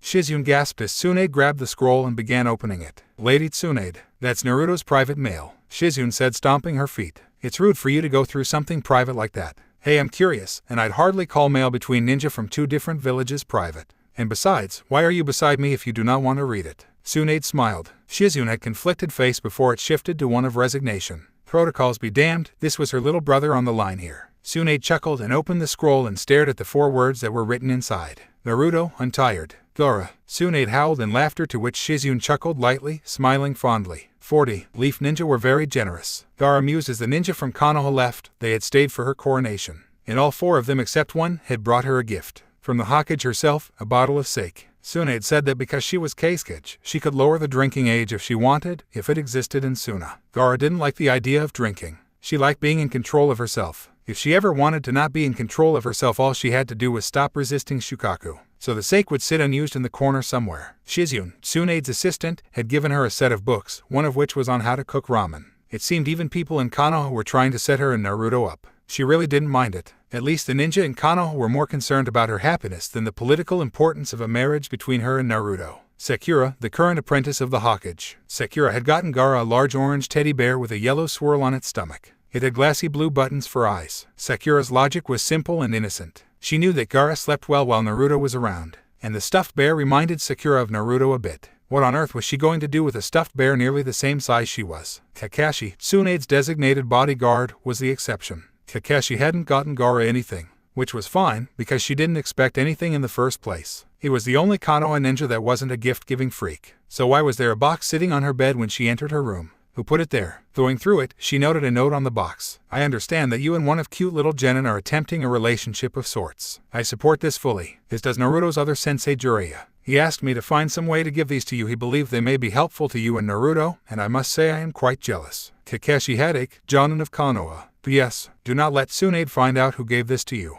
Our lives are in your hands. If Gara had eyebrows, they would be raised at the odd note. She would have preferred if he hadn't given her a gift. Opening the box, Gara saw another set of books. She did have more time than most people to read. Hicka. Gara pondered innocently, grabbing an orange book from the box. She flipped to the first page. 40. Gara flopped down onto her bed, face panting into the largely unused and still soft mattress. A layer of dust, from lack of use, flew up from the covers as she made impact. It had been 2 months since she had laid down on the thing. 2 years, 5 months, 26 days, 14 hours, 15 minutes, and 7 seconds. Gara sputtered out the time since she had last seen Naruto. She knew he was away on a 3-year mission, and she was making sure that the Hokage knew that she required Naruto to arrive at Suna at the soonest possible moment. It wasn't exactly true that Gara couldn't sleep without Naruto. She could just get a good night's sleep with him. She could sleep next to him as long as she wanted without fear of Shukaku breaking free. Before, she alone she could maybe get 15 minutes every few months. But now she had a secret weapon that allowed her to sleep 4 hours every 2 months. It was a mere pittance of how much she was going to sleep when she got her hands on Naruto once again. Though there were other things she wanted to do with him as well. Something involved the bed but not sleeping in it. She blushed. Gara had decided about a year ago that the next time she saw her blonde ninja that she was going to kiss him.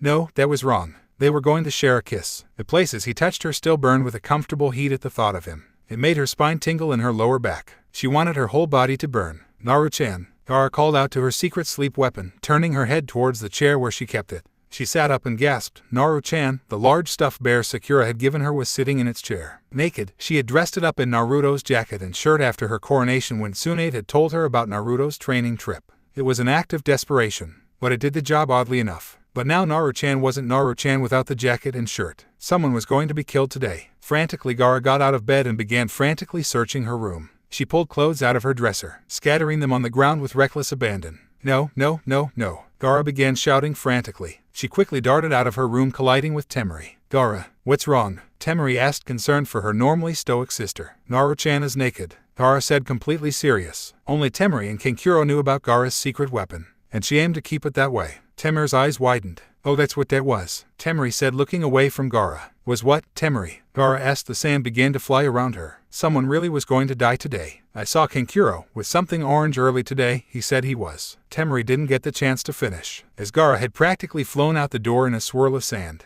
Good luck, little bro, I think you're going to need it. Kankuro smiled to himself as he eyed his project for his little sister. He had just finished it and it was perfect. Now he just had to give it to her tomorrow. His door was blown off its hinges, destroying one of his prototypes. Unless his sister wanted her gift now, that is. Where is it? Kankuro, Gara said with pure malice in her eyes. She was still very good at scaring people when she needed to. And even Kankuro, who knew that his sister would never kill him, still feared for his life. Especially right now. He could see the white of her iris all the way around her pupil. Kankuro gulped. Are you happy birthday? Kankuro said, presenting his present to Gara. Gara blinked as she stared at what was before her. Her brother had made a human-sized puppet, a few good inches taller than her. Not exactly impressive considering she was shorter than most, but it had blonde hair with soulless blue eyes, and painted on whisker marks on her cheeks. It was wearing Naruto's clothes. Her eye twitched. Presenting Naruto-chan 2.0, Kankuro said proudly, complete with automatic hugging action. He pressed a wooden panel located somewhere on the contraption, and it sprang to life, its arms and legs forming to rather large circles that could be mistaken for a hug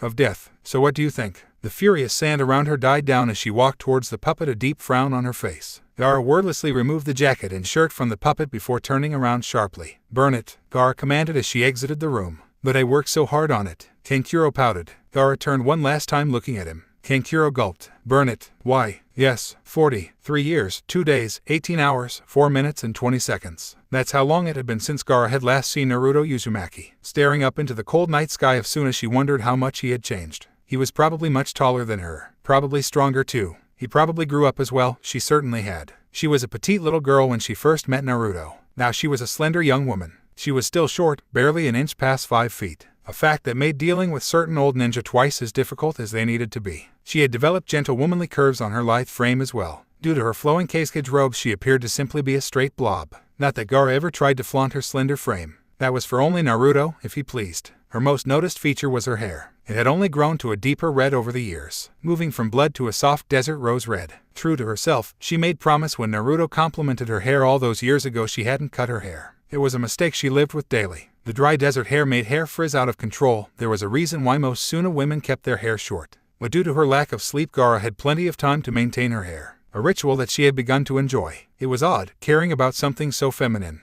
But Naruto had liked her hair, so she was going to make sure that he still liked her hair when he got back. Right now, her hair was done in a long braid that reached the small of her back. However, she commonly wore it over the front of her shoulder. The extra distance made the braid end just below her bosom. She liked to play with it. Her lack of sleep also gave her plenty of time to read the books she had gotten from Kakashi. She knew how to make ramen well now, at least according to Matsuri. She was Gaara's one-time student and one of her few friends. Matsuri was also the only other person to know about Gaara's other literature. A hobby they both shared. It was truly divine. Any day now, Naruto, Gaara said, twirling her braid. Temari was in Konoha at this very moment, preparing for the Chunin exams as well as keeping an eye out for the future Hokage of Konoha. She was under express orders to inform the blonde just how desperate Gaara was to see him. Gaara vaguely wondered if that wouldn't be evident by the 23 scrolls likely sitting in Naruto's mailbox. All from her, one of which threatened his immediate death if the first thing he did when he returned was not to come see her. She froze. Someone was attacking her village. All thoughts of Naruto vanished from her mind.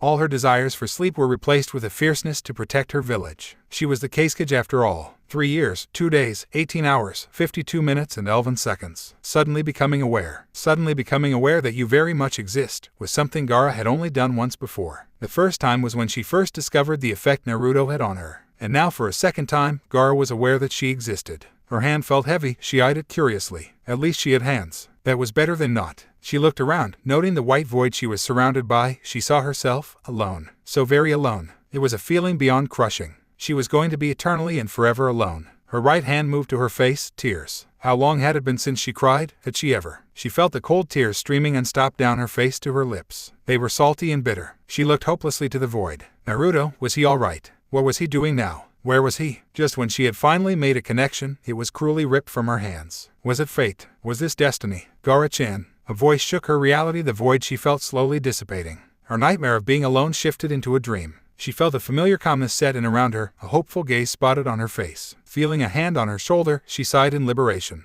She knew who it was, but she wouldn't smile until she saw his smile. Gara turned to face him, noting his blonde hair and grin. He had grown, even more handsome, taller. She smiled at him. Gara-chan. Naruto spoke her name with happiness. Naruto was seen beside her sitting on the void. He was with her, that was what mattered. They didn't care where they were. Even if they were within the grasp of death, they were together, that was what counted. To Naruto, that was the only thing besides her that existed. He stood up, removing his hand from her shoulder. She stared at him in awe, looking at his hand, offered to her like a child. She took it. Gara-chan, she heard Naruto say with his voice, sounding clearer despite the ringing in her ears. Gara's eyes shot open and was blinded by the bright blue sky. But she kept them open. Her mouth pulled into a smile, all on its own. She blinked once, letting her eyes adjust as she stared at Naruto Uzumaki. She could feel his hand at her back holding her up while his other gripped her hand. It was close enough to a hug. He was smiling at her now, his hand gripping hers. The touch said everything. Sorry for not being there, sorry for leaving you, sorry for letting you die. Gara chose then and there to act on the promise she'd been keeping to herself for years now.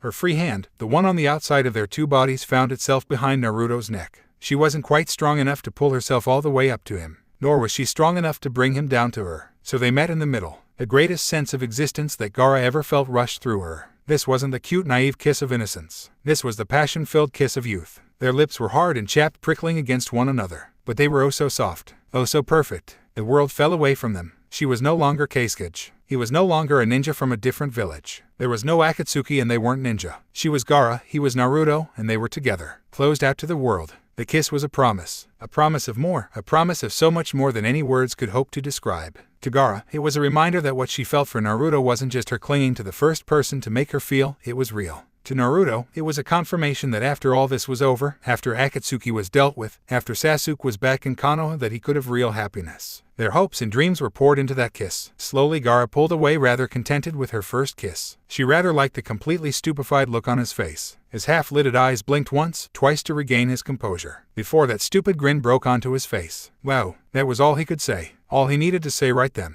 Everything else was said in that kiss. Hey, wow, Gara said, smiling back at him.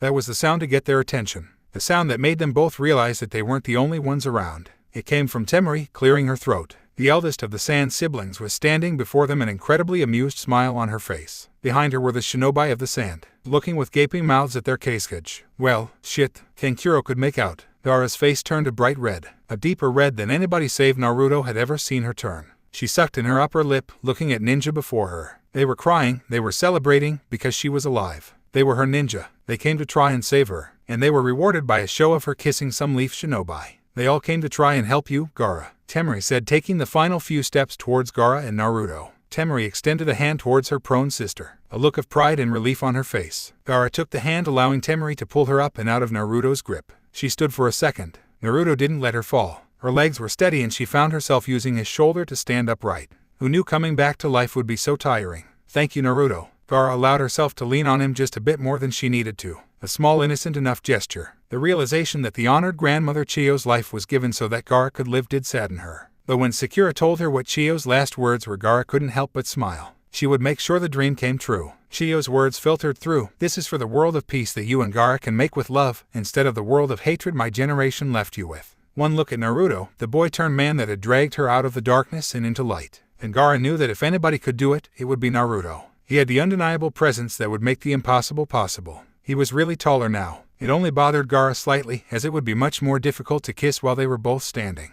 She'd have to climb him ever so slightly, or drag him down to her level, neither of which would be too hard, just slightly annoying. Gara's pride as Keisuke forced her to walk. She couldn't run at high speeds right now. Her body was simply drained. Considering she was dead just a few hours ago, she would say she was doing fine. She kept wandering to and away from Naruto. He kept making her knees weak when he smiled at her, and she kept feeling the temptation to curl up and fall asleep. No one will think any less of you. Temari's voice shocked Gara out of her half-asleep stupor. Gara looked at her smiling sister. There was a bit of mirth in her eyes, but there was also happiness. Behind Temari was Matsuri making obscene gestures with her hands while pointing at Naruto. Gara had no idea that you could act out an entire scene from Ikadika with just your hands. Several other ninja were also smiling at her. Yes, there was mirth. Yes, they were going to tease her. But in each of their eyes were admiration and companionship. Gara was vaguely wondering if every ninja in Konoha and Suna was trying to get her and Naruto together. Gara sighed in defeat and guided herself closer to the blonde ninja. He had saved her twice now. She needed to return that favor in her own Gara way. He smiled as she drew near to him. It was fortunate that it was so easy for her to make him smile. She tugged on his sleeve. Naruto. Gara began, her eyes already drooping.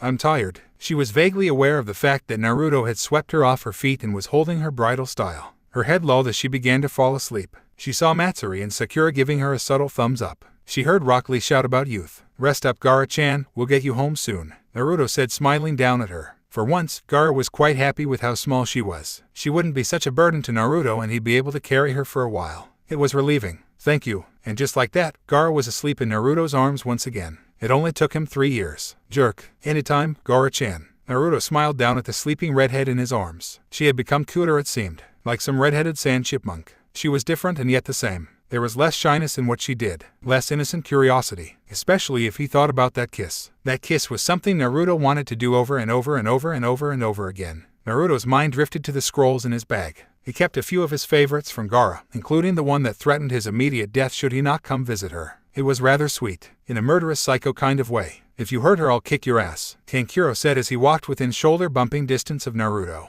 Naruto had been wondering when Kankuro was going to finally speak his mind. He'd nearly made it scot-free without having to deal with him. He had nothing against Kankuro. He just knew what was coming. It was a rare bit of foresight on Naruto's part, but he was quite good at seeing patterns. Eventually, you're fifth on the list, Naruto replied rather dryly. He shrugged, not like they could kill him. He was Uzumaki freaking Naruto, he thought smugly. Fifth, Kankuro asked. He was actually angry at Naruto by any means. He was just doing it because it was kind of a big brother thing to do right. And if he read the situation right, he'd never be able to intimidate one of his sister's boyfriends if he didn't at least try with Naruto. He was actually rather thankful for Naruto. The boy gave him his little sister. Hey, first is Gara-chan. The sleeping redhead shifted in his arms slightly at her name, clutching his shoulder slightly tighter. Next I guess is Temari, then Sakura-chan, then Granny, and then there's you. After you is that Matsuri lady, said Brunette gave Kankuro a thumbs up before returning to conversing with Sakura. How am I fifth? The ordering of the list confused him greatly. Scariest person first, Naruto said, laughing sadly. Why were all the women in his life utterly terrifying, ninja? That pink-haired girl is scarier than me and your grandma. Kankuro was at least kind of grateful he was scarier than Matsuri. Girl had learned from Gara, sure, but she lacked any sense of intimidation. Naruto stopped midway and turned to Kankuro, who gained a slight shiver at the look from Naruto. She punched the ground, and it wasn't ground anymore, Naruto said, facing Kankuro with a disturbed look on his face. She has monstrous strength now. She got it from Granny. Naruto. Gara's tired voice echoed from his arms. Shut up. Naruto did as he was told and immediately sucked on his bottom lip. You are so whipped, Kankuro said, laughing. He got about one good chuckle out before he saw a single glaring green eye of his sister. Kankuro, Gara said, slightly more awake now. Shut up or I'll kill you, Naruto snorted. Kankuro immediately backed away, wondering why he got the death threat while watching Gara wrap her arms around Naruto's neck and shifting into a more comfortable position. Gara gave Naruto a short kiss on the cheek before snuggling into his shoulder. The answer was simple. Gara was also whipped. Naruto glared at the slowly rising form of Suna's main gate. It was moving. He thought at first that it was the desert playing a trick on him, a mirage. But then as he grew closer he saw them. Nearly every citizen of Suna was out on their walls coming to greet them. To greet Gara, their Kasehige. Naruto felt a bit of pride for Gara then. He jostled her in his arms, waking her from her partial slumber. She immediately glared at him. Wake up, Gara-chan, he said happily. Your village is here to greet you. Gara turned her face away from him and he could feel her tense as she saw her village practically run towards them. Gara struggled to get down for a moment until Naruto moved to lower her to the ground as well. She still didn't trust her own legs. A soft grip remained on Naruto's shoulder to keep her steady. She wasn't afraid that her village knew of her relationship. She was fairly certain they already did, thanks to Temari, Matsuri, and the elders. She watched in amazement as her villagers all crowded around them, excited to see her, their Kasehige, that former murderous demon. If she had never met Naruto, she would still be that demon. Her heart swelled as she looked at them all with smiles on their face. Naruto Uzumaki, Baki began sternly. She had never seen the man smile. But he wasn't frowning, and that was perhaps the closest he would ever offer. Thank you, but I didn't really do anything, Naruto said modestly, completely confused by the sudden gratitude. Gara just looked at Naruto. He really didn't know what he'd done. No idea how many people he affected. It was all thanks to that mysterious gift he had. That mysterious power that made everybody he meets want to believe in him. That was how Naruto would bring about the world of peace Chiyo had mentioned. And Gara would be there when she could. 40. Gara's frown deepened, glaring at Naruto. This was a soul-crushing amount of disappointment. She had been so looking forward to actually spending time with him, to actually be able to see what changed in him, to kiss him again and again and again, to have another date with him, to have a dozen stupid conversations that were completely meaningless yet end up burned into her more easily than her village's history. She wanted to sleep with him, to lay down in the soft new bed she bought weeks ago in anticipation for his return. She knew she was being irrational. It made sense Akatsuki was beginning their operations. The leaf was a likely target. They would need Naruto more than she needed him. Gara stood up sharply yet slowly, still not quite ready for quick movements. She grabbed two objects from her desk. Gara-chan, Naruto asked as her glare settled on him. I know you're tired, and I would really like to stay here but... He stopped as Gara reached up to his pack strap and began tugging on it. But this is the best chance for you to find the Uchiha, right? Gara knew the answer was yes. She knew how important retrieving Sasuke was to him. She didn't like knowing that he likely couldn't choose between herself and Sasuke. She doubted she could choose between Naruto and her own siblings. And most of all she knew she could wait. This, Gara said holding up a small badge-like emblem. It was in the shape of a solid gourd much like the one Gara carried. This is a symbol of what you have done for the village. With it you will be able to enter Suna at any time, for any reason. She spoke hopefully. The older shinobi in the room had their eyes widen at that. Unlimited access to another ninja village was unheard of. Even when the Whirlpool village was still up there, ninja were still slightly monitored when they came to Konoha. Naruto found himself spun around as Gara placed the badge in his bag. I'm taking another shirt. Your old one is old. Her tone was one of no nonsense. Naruto could hear the implied and it's too small as well. He vaguely wondered if she still wore his old shirt to bed. That was an image that was forever burned into his mind. He looked forward to seeing Gara in his shirt once again. "Do sure thing, Gara-chan," Naruto said helplessly and a little bit turned on. "Oh, that reminds me, front left pocket, there's something for you." Gara had obtained one of Naruto's shirts, an unfolded crinkled one. The more it smelt like him the better. She blinked at Naruto. Of course, he would be one of those gift-giving freaks for Konoha. Hell, he was probably why they were so generous. Gara opened the pocket. It was a book. It looked slightly worn out, like somebody had tried to read through it as quickly as possible. But it was new, and Gara knew exactly what it was. She couldn't be seen with that book in her office. Not in front of Baki. It was bad enough Temari and Matsuri knew. But she wanted it bad. Taking Naruto's shirt, she wrapped the book up in it in a small neat bundle. Now the book was going to smell like him too. Gara wasn't sure if that was a good thing or a bad thing. Kakashi simply looked at her like she had kicked a puppy. And besides, Naruto began happily, you shouldn't need me to sleep anymore now that you don't have Shukaku, right? A pin could be heard dropping. Naruto watched as Gara's face shifted from one of embarrassed delight at her gift to one of anger. Temari's eyes widened. We should get going to Chiyo-sama's grave, Temari said quickly. Gara nodded and followed behind her sister. The other ninja began to follow as well. Idiot, Sakura said, punching Naruto in the arm before she joined.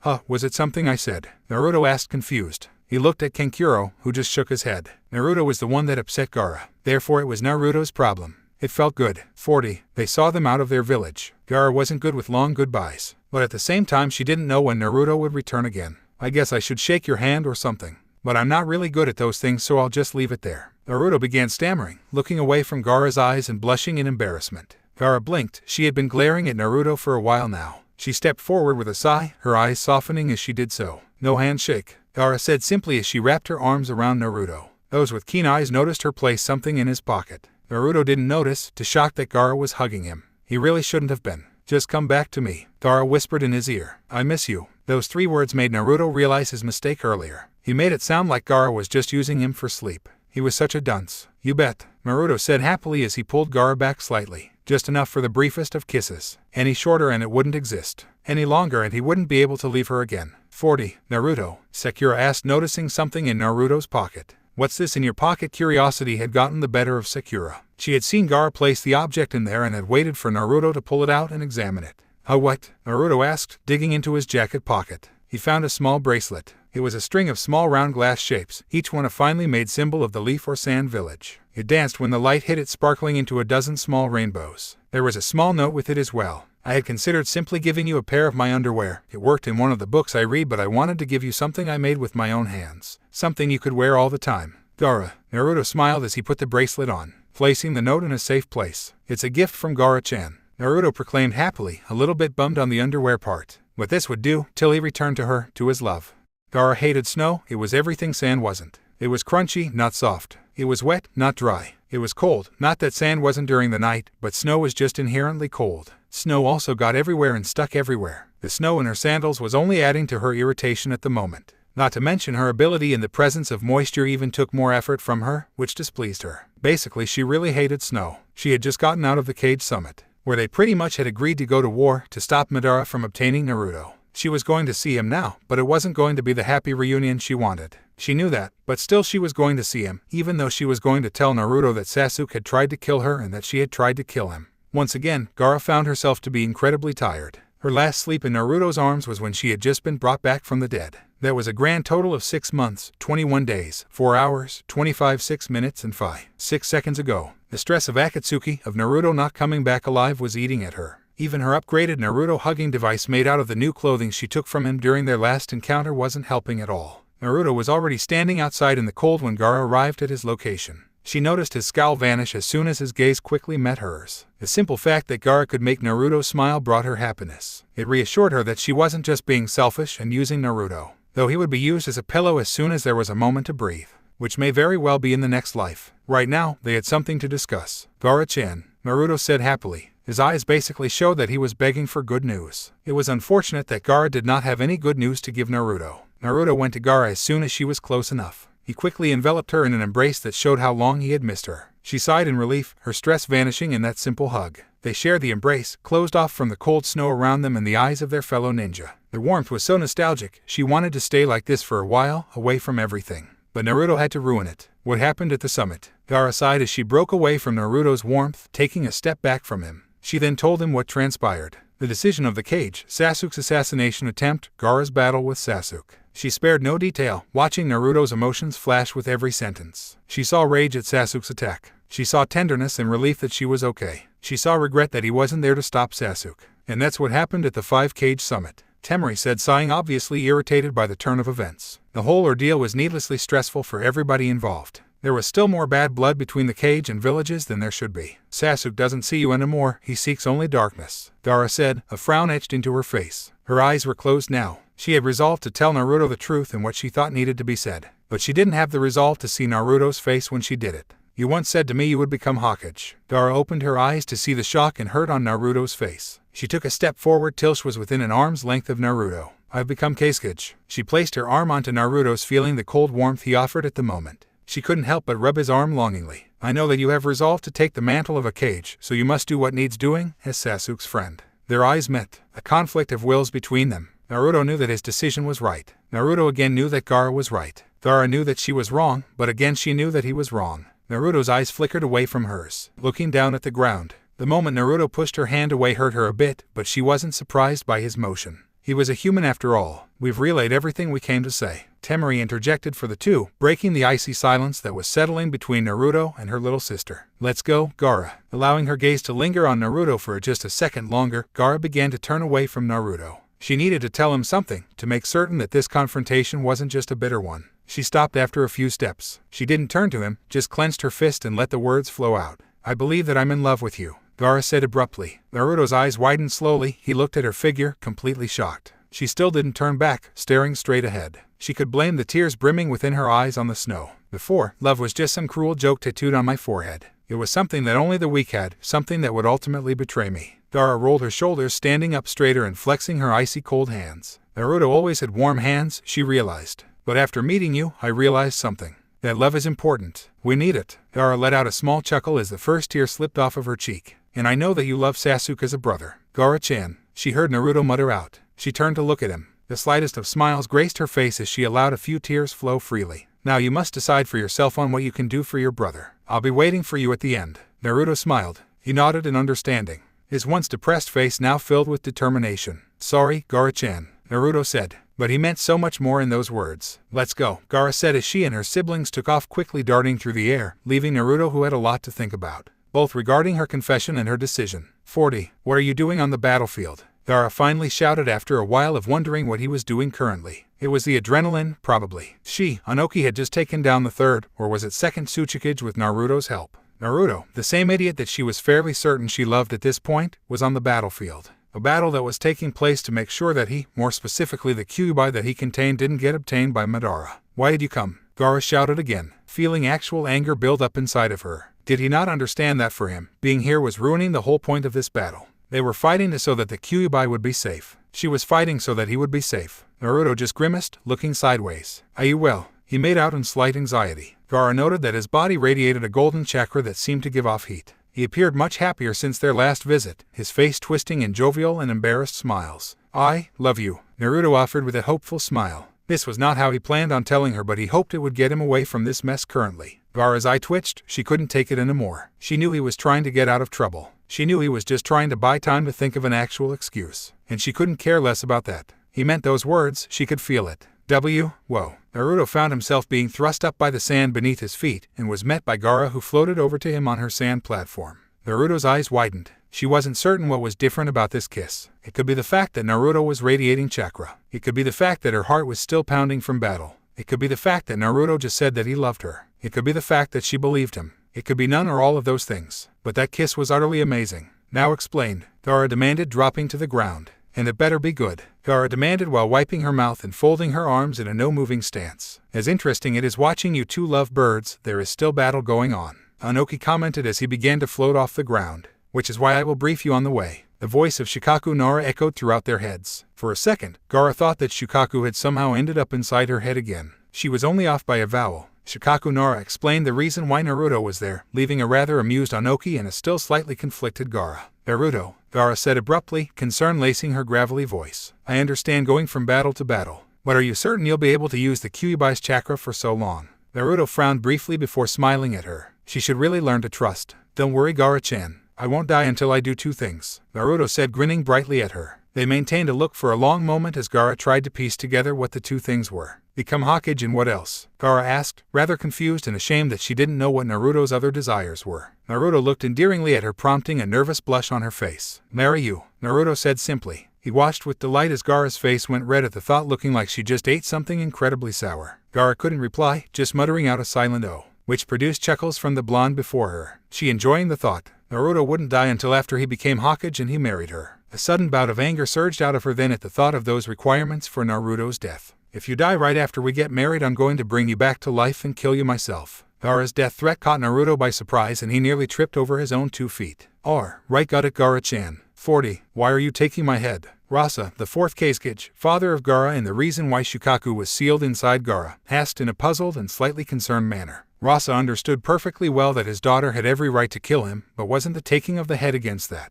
Was she taking a trophy or something? Gaara was literally decapitating him with a kunai, and while it didn't hurt or anything, he was creeped out, and the rest of his body was sealed thanks to her sand, so he couldn't retaliate. I read in a book that it is customary to ask somebody's father for their blessing before you propose to them. Gaara replied blandly as she finished decapitating her father. She held the former Kazekage by the scruff of his sandy locks. Why would you want my blessing? Rasa asked. The small amount of respect he had gained for his scary little daughter was beginning to wane. I don't, but he might, Gaara said flatly as she dangled her father's head in her hand. They weren't making any eye contact. It wasn't something that they had honestly ever done. He's the reason I'm still alive and not enslaved by the demon you put in me. Gaara's tone was cold and uncaring. He sounds like a powerful ninja. What's his name? Rasa asked curiously. Surely he would have known about such an astounding ninja from his own village. Naruto Uzumaki, Jinchuriki of the Kyuubi and future Hokage of Konoha, Gaara said with a small smile. Rasa's face twisted into a frown. A foreign shinobi, and from Konoha of all places. I refuse. 40. There were better times to go over marriage than in the middle of a deadly battlefield against one of the greatest threats known to the world. But then again, Gaara's pessimistic side was telling her that this would her last and only chance to get things such as this settled. Besides, it felt like this was the right moment. With every dead person coming to life and all. She arrived just as a tall blonde man appeared onto the scene in a yellow flash. He looked a lot like Naruto, with the exception of the signs of resurrection. Behind him was Naruto being healed by Sakura. Thank you for taking care of my son, Minato said happily, smiling while looked at Sakura. You wouldn't happen to be his girlfriend, would you? Minato asked curiously as he desperately tried to get more information about his son's life before he died again. Gaara scowled. That title belongs to me, Gaara said, walking up from behind Minato, still clutching Rasa's head by the hair. Who are you? Gaara asked confused. The man had called Naruto son. He is Minato Namikaze, 4th Hokage of Konoha, Rasa said from his resting position while musing. More importantly, he's my dad. Isn't that cool, Gaara-chan? Naruto asked happily, allowing Sakura to continue healing him. Gaara wasn't too fond of their close proximity. Rather ironic that he sealed a demon in his child as well. Rasa commented with a chuckle. Why are you being carried around like that, Rasa? Minato asked, chuckling. The battle could wait a couple of more seconds. Besides, he wouldn't be able to focus on the fight after seeing something like that. Naruto needs to ask for his blessing to marry me, Gaara said proudly as Rasa then found himself being flung through the air towards Naruto, who looked aghast. She couldn't help but smile as Naruto fumbled Rasa's head in horror, muttering apologies, before catching Rasa upside down. Gara said with an emotionless bow. Lord Fourth, I wish to have you blessing in marrying your son. Like she was simply doing this for the formality. That's something only the would-be groom has to do, Minato said, chuckling at the odd little red head. He couldn't help but think that while she looked a bit like Kushina with that brilliant red hair, that the two were nothing alike. Kushina wouldn't actually decapitate someone and ask for his hand in a weird way, right? Bashing the possibilities, he asked, but who are you? Gara of the desert, 5th Kage of Suna, Gara said with a small blush, having embarrassed herself in front of Naruto's father. It was weird talking to people that were supposed to be dead all day. Minato smiled at her and placed a hand on Gara's shoulders. Once this is over, take care of my son, okay? Minato said with a bit of happiness making its way out. Now, let's buy my son some time to recover, Minato said as he and Gara vanished in a flash and were on the battlefield in an instant. Naruto slowly turned Rasa's head back up straight. Hello? Naruto asked the rather silent disembodied head. He looked in scrutiny. So you're the 4th Hokage's son? Rasa asked, raising an eyebrow. Naruto nodded slowly and nervously. He wasn't a big fan of ghosts, and this felt really disturbing. And you wish to marry my daughter? Naruto blinked and nodded again. Rasa sighed. I lost all right to call myself her father, but she cares enough about you to give me a single chance to be it. Rasa's frown persisted as he stared hard into Naruto's eyes. This is a little creepy, Sakura muttered under her breath. Very well, Naruto. You have my blessing. Rasa's voice was just as gravelly as Gara's and twice as thick. 40. The infinite Tsukuyomi had one benefit. For Gara, it showed her exactly what she wanted out of life. Once she was free, she found herself knowing exactly what she wanted from her and Naruto.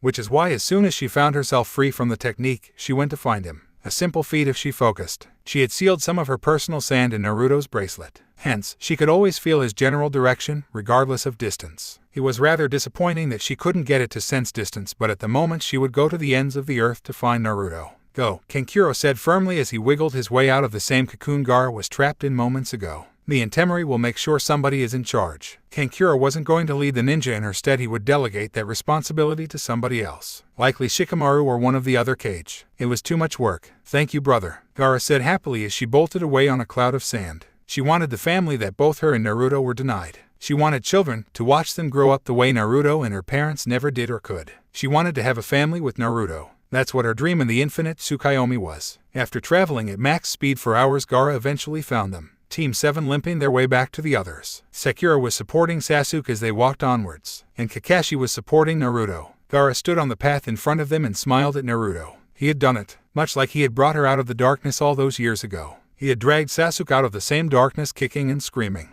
It had only cost him one limb. Naruto smiled, looking up and seeing Gara standing in their path. She had never looked more beautiful in that moment. A pleasant smile adorned on her face. Shrugging his arm off of Kakashi's shoulder, Naruto increased his pace towards her. He stumbled a bit and was about to fall, but Gara held him up. The two looking deep into each other's eyes. Gara-chan, what is it, Naruto? The two were embraced in a hug that showed that it was the beginning. That they would be together from now henceforth, and no village, no shinobi, no force would keep them away apart. Naruto stared at her warmly, a wide and teasing smile threatening to split his face open. I'm tired. 1 hour, 5 minutes, 11, 10 seconds. For once Gara was counting down to something instead of counting how long it's been. She was already done with today, she was done with it yesterday. For the sake of tradition, she had been forced to not sleep with Naruto. She had a perfectly good opportunity to fall asleep with Naruto and she was denied. She regretted not taking him up on the offer to just sign the papers and call it done. She regretted listening to the daimyos of the Land of Fire and the Land of Wind saying that they would like to attend an official ceremony, something about strengthening international relationships. Gara smiled. That was all the event was going to be, a meet and greet of powerful people. All 5 of the current Kage were gathered in this spot as well as numerous daimyos. Bleh.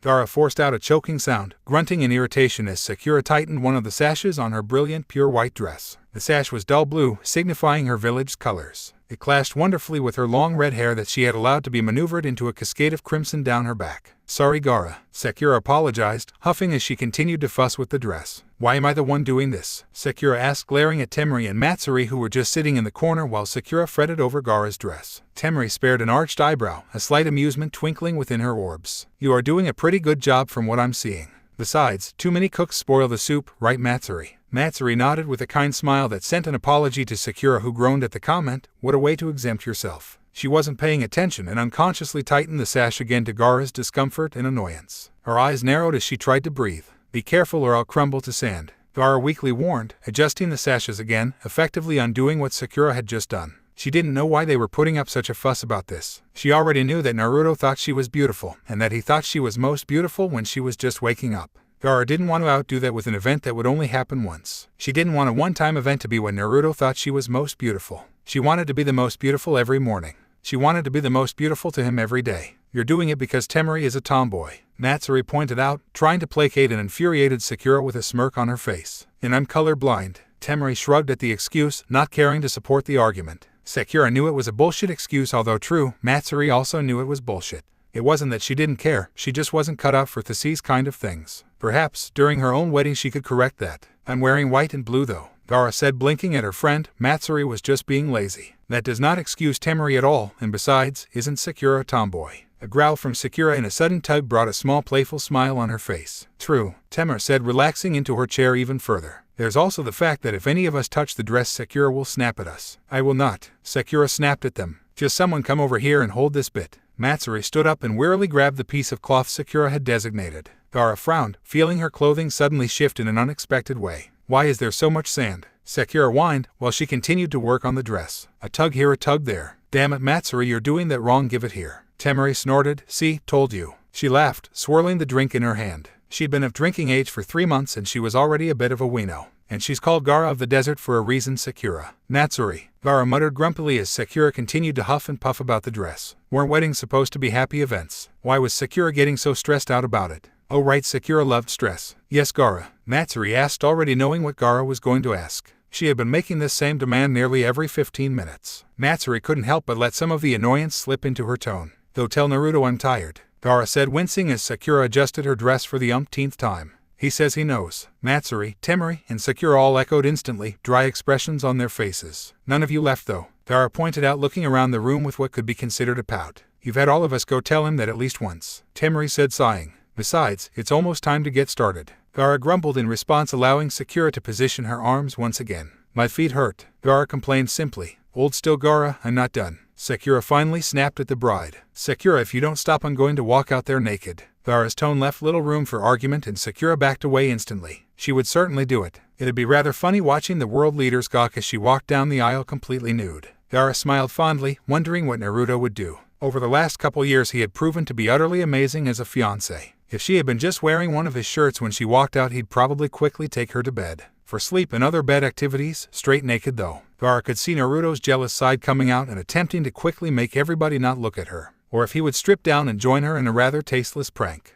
And she knew she wouldn't like the looks he would be getting. Gara, I don't trust that look on your face, Temari warned, standing up. Sometime watching could be boring after a while. Not that she was going to join. What look on my face? Gara asked, quickly touching her face in confusion. She spoke like it was the norm of the day. I was just thinking about walking down the aisle naked. Gara, Sakura snapped in shock. Was Naruto-kun also naked? Matsuri asked curiously, a slight blush full perverseness creeping in. It seemed reading those novels alongside Gara had made their minds a little bit more free. Gara nodded and Matsuri squealed in delight. Sakura couldn't help but groan while Temari rolled her eyes. I wonder how everything is going with the boys. Temari mused. It was very likely that Naruto would be pacing back and forth trying to make sure that his suit was one straight while constantly freaking out about not everybody being in their correct seats. It was just so easy to picture Naruto being overly stressed about the wedding. 40. Sue, why aren't you freaking out? Shikamaru drawled lazily, watching Naruto put the final touches on his wardrobe. A standard well-fitted black suit with a white shirt underneath. Altogether he looked fairly presentable, which was surprising considering the person he had grown up with. To be honest, this made him a little suspicious, but he figured boys will be men. That thought was deleted by Naruto's next statement. Because I'm a shadow clone, Naruto said in a tone that made people question if he was joking or not. Haruka looked at him with an arched eyebrow. Shikamaru frowned at the joke. Everybody knew how important Gara was to Naruto. Surely he wouldn't have a shadow clone marry her. That would just be cruel, and also a very quick and painful way to die. And considering he was going to be looked at for explanations, he wasn't going to like the outcome. Naruto ruffled his blonde hair, wondering, do you think I should swap it for the orange shirt? The hag said no orange. Sai commented blandly as usual while he entered the tent. Tsunade says it's time. Awesome, Naruto said, jumping in excitement. He paused as soon as he landed to straighten out his suit once again. Let's get this show on the road, Naruto shouted happily. Shikamaru lagged behind with Haruka. You don't think that's actually a shadow clone, do you? Shikamaru asked suspiciously. Naruto isn't that stupid, Shikamaru. Give your future Hokage a little bit of faith, Haruka said, laughing, holding the flap open for Shikamaru. Surely Naruto wouldn't do something like that. It was just a joke, right? 40. Naruto stood tall and proud, his signature grin splitting his whiskered features. Behind him stood Shikamaru, his best man. Sai and Kiba were playing their roles as groomsmen. He was a little saddened by Sasuke's decision to ignore the event, but it was likely Sasuke didn't even know it was happening given his current journey of self-discovery. It was still a jerk move though. He would give him D-rank missions for this affront. Opposite him stood Gaara's bridesmaids. The only one of the official couples on the stage was Shikamaru and Temari. How odd was it that an attack on the Leaf Village all those years ago could bring about so much love? And if the looks Kiba and Matsuri were sharing was any indication, there would be yet more love between the wind and fire. Sakura stood between both Temari and Matsuri as Gaara's bridesmaids. Before him stretched far more people than Naruto had ever expected there to be. Most of it was due to the two daimyos who were sitting near each other, pleasant smiles on their elderly faces. They had gone out of the way to fund and host the event, rather eager to strengthen the ties between the two nations. There were even rumors of an arranged marriage taking place between some of the minor family members of the two great lords. The Kage, current and former, all sat in the front 2 rows near the daimyos. The rifts that once divided countries were closed and an era of peace was being formed. Naruto couldn't help but wonder if Jiraiya and Grandma Chiyo were smiling down at what he and Gaara had brought about. And it was all thanks to a crazy madman trying to take over the world. Who would have wondered? Peace at their time. It was a comforting thought. Naruto smiled, a fond smile on his face. This was the world he wished his children were to be born into. Naruto's wandering thoughts were halted as all the noise stopped. Gaara appeared at the end of the aisle. Baki's stoic face didn't even break into a smile as he simply performed the duty of Gaara's father to give her away. It was better than Gaara's suggestion to hold her father's reanimated head for the handing over ceremony. That suggestion earned a lot of disapproval. A lot. For Gaara's part, she walked forward with a bundle of orange flowers. Pop is most likely. A small delighted smile could be seen on her red-stained lips. Naruto's smile couldn't get any larger if he wanted it to. Walking towards him was the first piece of something he'd been missing for a long time. Walking towards him wasn't the case of the village hidden in the sand. Walking towards him wasn't the former container of Shukaku. Walking towards him was his wife, the first piece of his family. Certainly Iruka, Tsunade, and Sakura were his family. But it wasn't the same. With Gaara it was different. Totally different. Gaara's pace almost quickened when she saw Naruto standing there looking happy and handsome. She knew she had rushed him with the proposals during the Fourth Shinobi War, but Naruto had grabbed her hand and helped her spring along the way, gleefully sprinting with their unusual relationship that was based around sleeping, which was exactly what she was going to do with her tall blonde whiskered teddy bear as soon as they were done with this. It was then halfway to the altar that realization set on both of them. A sudden giddiness that years of kissing and love was about to suddenly mean something more. Together they were together, but now they were seconds away from being together in the eyes of the world. This was a story telling you that no matter how low you start, no matter how deep into the darkness you fall, no matter how much the world hates you, no matter what atrocities you committed, there was and always will be hope. You can overcome the hatred. You can be brought back into the light. You can be redeemed. You can become great. And you can experience love. There is always hope. All it requires is that someone willing to share your burden every step of the way, willing to protect you from your vulnerabilities, and will accept your support in his travails also. Gaara smiled, looking at Naruto. She found hers. The message of unity that their relationship was going to spread throughout the world wasn't even on the radar on Naruto's nor Gaara's mind. Their thoughts were much more simple: love, happiness, and excitement. Weeks of being calm and collected about the wedding were suddenly being made null as anxiety began to flood them. Their eyes met for the 100th time during that walk. They would not separate again. "You look tired," Naruto whispered at Gaara as she approached. Gaara nodded, her pleasant smile growing slightly at that. Tired had become something more than meaning sleepy to the two of them. Tired to Naruto and Gaara meant that they wanted to spend time with each other. It was a simple union of togetherness that confused everybody else in the world. But to them it was just how they showed love. "Are we allowed to talk up here?" Gaara whispered back, her grin smile not vanishing even as she watched Naruto make a face and shrug his shoulders. Gaara gave a light chuckle that made Naruto's stomach flutter. "Doesn't matter," Iruka whispered, standing between the two. Naruto Uzumaki, Gaara of the desert, turned to face each other and join hands. Iruka's voice boomed and carried out throughout the crowd. Years of being a teacher had finally paid off. "We stand here today, coming from all corners of the world, as friends and allies, to witness the union between Naruto Uzumaki and Gaara of the desert."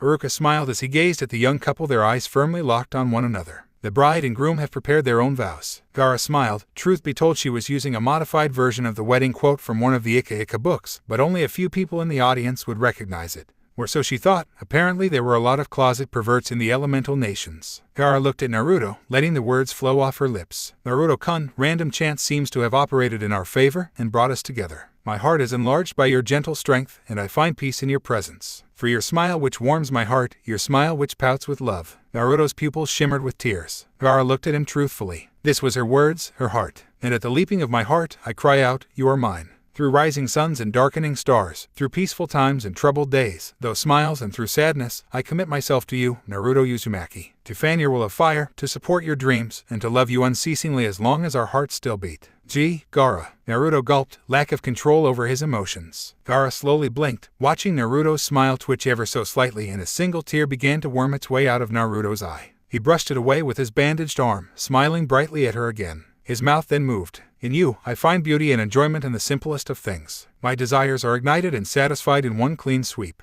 Your love is like a dream that became a reality and spread throughout the stars. Through the look in your eyes and the sound of your voice and the leaping of my heart, I cry out, she is mine. Through bright suns and waning moons, through celebrated victories and dangerous journeys, through life's delicious ramen and Sakura's medicines, I will commit myself to you, to encourage you, to support your dreams, to love you unrelentingly, as long as we both draw breath. Naruto smiled as he said the lines that he came up with after learning of Gaara's idea. She was so surprised to find out that those lines actually came from him. It was a spur-of-the-moment thing with Jiraiya, so the words had extra meaning for Naruto. The rings were delivered by a young aspiring shinobi from Suna and a young aspiring kunoichi from Konoha, both of which looked at two of the greatest ninja in the world in awe. Naruto and Gaara took each other's rings and smiled. Sabaku Gaara, with this ring, I submit myself to you, Naruto said, slipping the ring gingerly onto Gaara's petite hand. Uzumaki Naruto, with this ring I submit myself to you, Gaara said, placing her ring onto Naruto's unbandaged hand. I now pronounce you husband and wife. Uruka practically shouted, the excitement within him building to its maximum. Before him stood Naruto, that little troublemaker he thought of as a brother, now marrying someone that once tried to destroy the Leaf Village. The world was an unusual place. You may kiss the bride. Naruto grinned, like I needed your permission. Naruto and Gaara shared a smile as they slowly approached one another, the inches dragging on for miles before them as they slowly moved forward. His hand went around her back. Her hand cupped his cheek lovingly. She began to purse her lips, and he did the same. Their first kiss as husband and wife. Poof! Gaara stood there frozen and unblinking as Naruto vanished, his suit falling to the ground with nobody to sustain its form. The crowd gasped in shock. Uruka had a stroke, no, coma, no, both. Shikamaru felt his ghost leaving his body. Gaara was going to slaughter them all. Why was his life so troublesome? That idiot. Every single person from the village hidden in the leaf said at once. Gaara looked around, seeing her husband wasn't around, and simply smiled as she saw his clothing laying on the ground. With a small smile that would scare people in a dark alley, Gaara simply waved at her wedding guests, before she crumbled into sand. 40 hours away at their designated honeymoon location, Naruto and Gaara stirred from a midday nap, the memories of their clones flooding into them like a pleasant dream. A pleasant breeze fluttered into the room from the open door. Official wedding documents lay under a heavy kunai signed and waiting to be documented. Random bits of clothing scattered the floor and other furniture. I guess we're married now, Naruto said, stretching as he examined the ring on his finger. The real ring, not the fake left at the ceremony. Gaara stirred behind him. He remembered how beautiful she looked at the wedding. But right now, with her rested half-asleep eyes and dressed in pretty only one of his t-shirts, Gaara was the most beautiful he'd ever seen her. Zay, Gaara said, smiling, bring her ring hand up to meet Naruto's. They laid there watching the rings in the light for the briefest of moments. Do you think they're mad that we weren't really at the wedding? Naruto asked, concerned, as he allowed his arm to flop down onto the bed with a flop. Gaara's fell to his chest, where she began playing with a few of his blonde and sparse chest hairs. She plucked it quickly. You are known as the #1 hyperactive, unpredictable, knuckleheaded ninja. Gaara's smile at the nickname was something that Naruto loathed. Why did Kakashi have to tell her that? So a normal wedding just wouldn't be you. I think Sakura will be the most annoyed, maybe Choji. We did take our cake. I'm married to an adorable red-headed sand chipmunk, Naruto said, smiling as he laid a tender kiss on Gaara's forehead, just on top of her symbol of love. Gaara squirmed under the kiss and the description Naruto gave her. She hated being described as a chipmunk. She didn't see the relationship to the small rodents that were scattered about the land of fire. And I married the best teddy bear ever, Gaara said, smiling, twisting her body to be more on top of Naruto. Aligning her face with his, she slowly kissed him. Their first kiss as husband and wife. A small loving thing that neither one of them could get enough of. It burnt like a small furnace the passion that was inside them. It was the experienced kiss of love, one that allowed them to show just how much they loved each other. I am not a teddy bear, Naruto growled. Gaara separated their lips, a chuckle escaping from hers. The loose blanket that was covering them folded behind Gaara, who was straddling him now, her bare legs brushing against his pajama pants. Her left hand drew circles on his bare chest. You are totally a teddy bear. Gaara smiled brightly at Naruto, leaning down for their second kiss as husband and wife. It was filled with just as much love and passion as the one they just shared. But there was something more in this kiss. It was a hungry thing, and as Gaara bit Naruto's lip, she couldn't help but smile. Now it's time to get started on the rest of your present, Gaara said with a bright smile. Naruto groaned as he tried to sit up, but Gaara's hand kept him in place. What's the rest of my present? Naruto asked, confused. A family, Gaara said with a dry lust in her voice. Naruto grinned perversely, showing once and for all that he had actually inherited something from his late master. Gaara had spent much of her life living with Shukaku, constantly trying to get her to do the unspeakable. Kill that guy, crush that woman, pulverize those puppies. The list of his demands were numerous. The newest parasitic being to take up residence within her mind was much more demanding: chocolate cake, raspberries, and a few times to her loving husband's utter delight ramen. And like the creature before it, her growing child refused to let her get any sleep. And yet her beloved teddy bear was snoring away peacefully while his spawn was apparently in the middle of a spar with her organs. Also, she wanted something sweet and cold. No, wait, hot. She wanted hot fudge ice cream. Naruto, the blonde future Hokage, savior of the land, snored oh so slightly irregularly at that. Gara couldn't see his face this time. It had grown awkward to lay facing Naruto, but being spooned by him wasn't bad either, though his hands often wandered to one of her breasts while the other fondled her swollen stomach. Not that she could blame him, both of those areas had gotten huge. Her stomach was roughly the size of a ramen bowl. A large one. Naruto, Gara said once again. This time, she grabbed his hand that was groping her breast. She attempted to pull it away, but her sleeping husband's hand practically snapped back into place. She vaguely wondered if Sakura and Tsunade had snuck some of Jiraiya's DNA into Naruto's synthetic limb.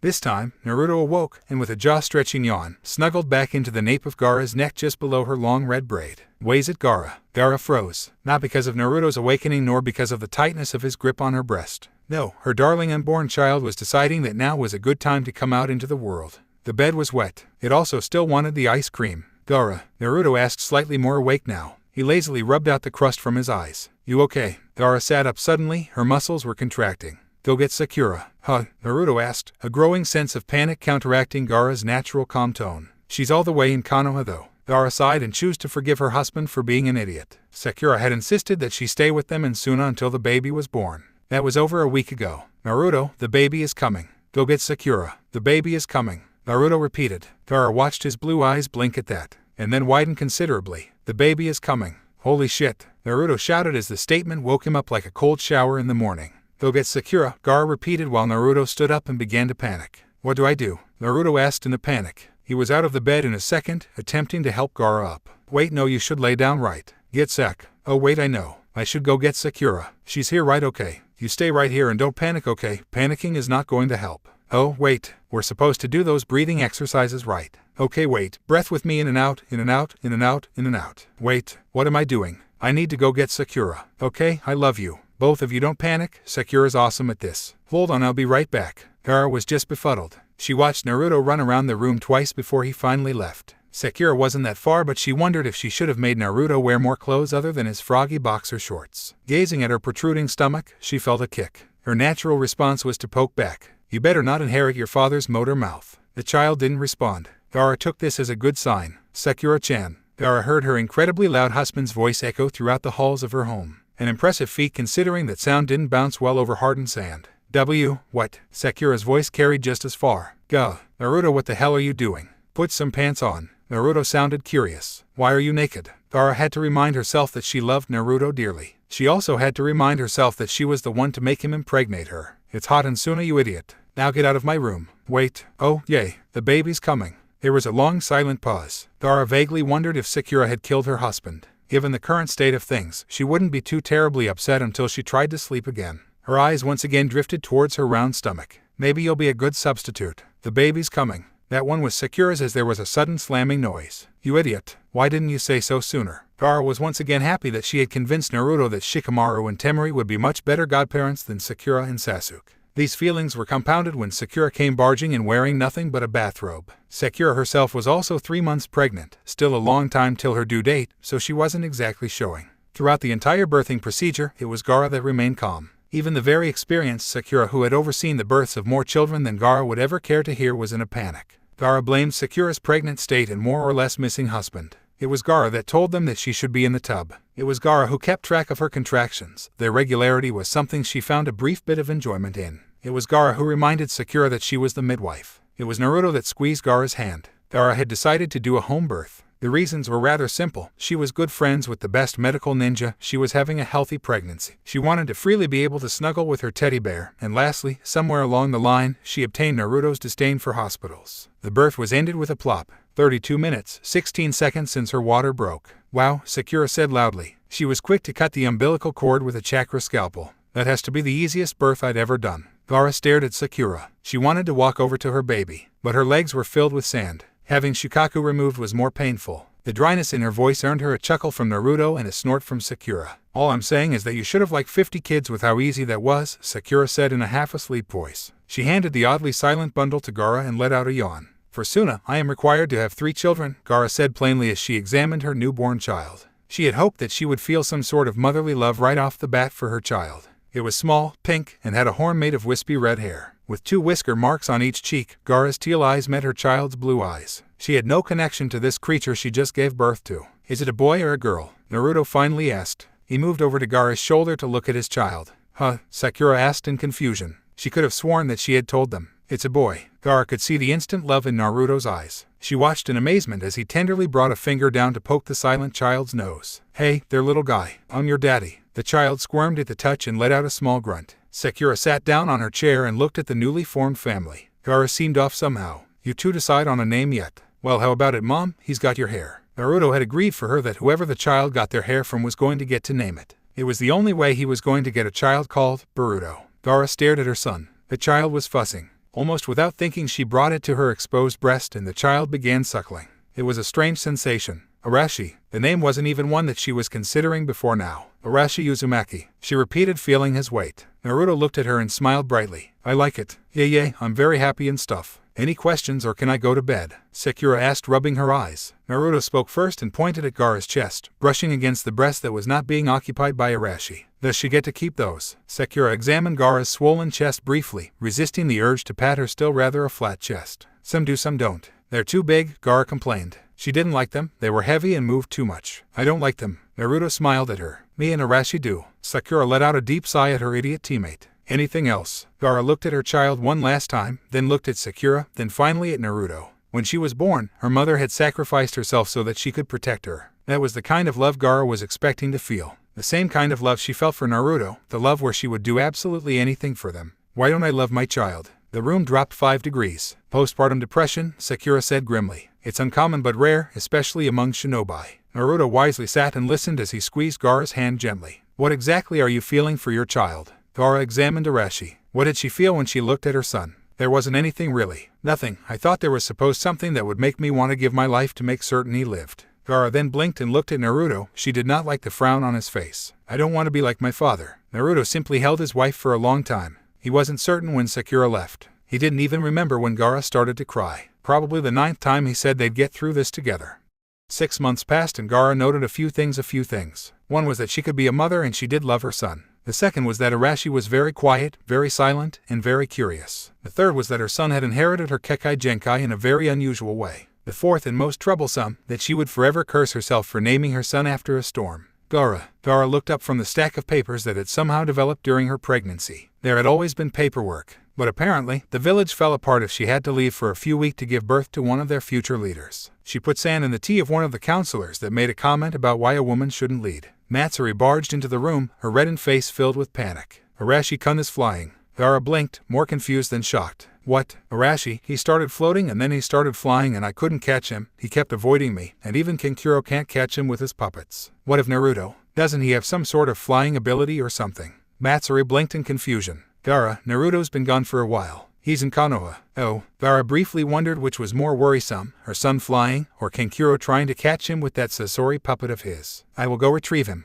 True to Matsuri's word, her son was flying. The winds were swirling around him, coddling him almost. His wild red hair was swirling about, dancing to the flow of the wind. Arashi flung himself about to look at his mom. He smiled as soon as he saw her. Gaara on her cloud of sand couldn't help but smile at her son's small joyous smile. He had no concept of wrong, but he could recognize her face and Naruto's instantly. He always smiled at them. Arashi, come to me, she said in her Kazekage voice. The wind met with the sand and started flinging it about. She had to carefully navigate a pillar of compacted sand in order to reach her son. Arashi stared at his mom and attempted to swim closer to her. It didn't work. In his frustration, whatever technique or chakra manipulation he was using stopped in an instant. Her son was falling, nearly 50 feet. Given a moment's thought, Gaara would have simply caught Arashi with her sand. But her motherly instincts kicked in. She leaped from her sand cloud after Arashi. Arashi let out a rare cry when she reached him. Wrapping herself around her crying child, Gaara braced from the impact. She slammed against the side of a building, before tumbling down into the cold wooden arms of Kankuro's puppet. Gaara, Kankuro asked concerned.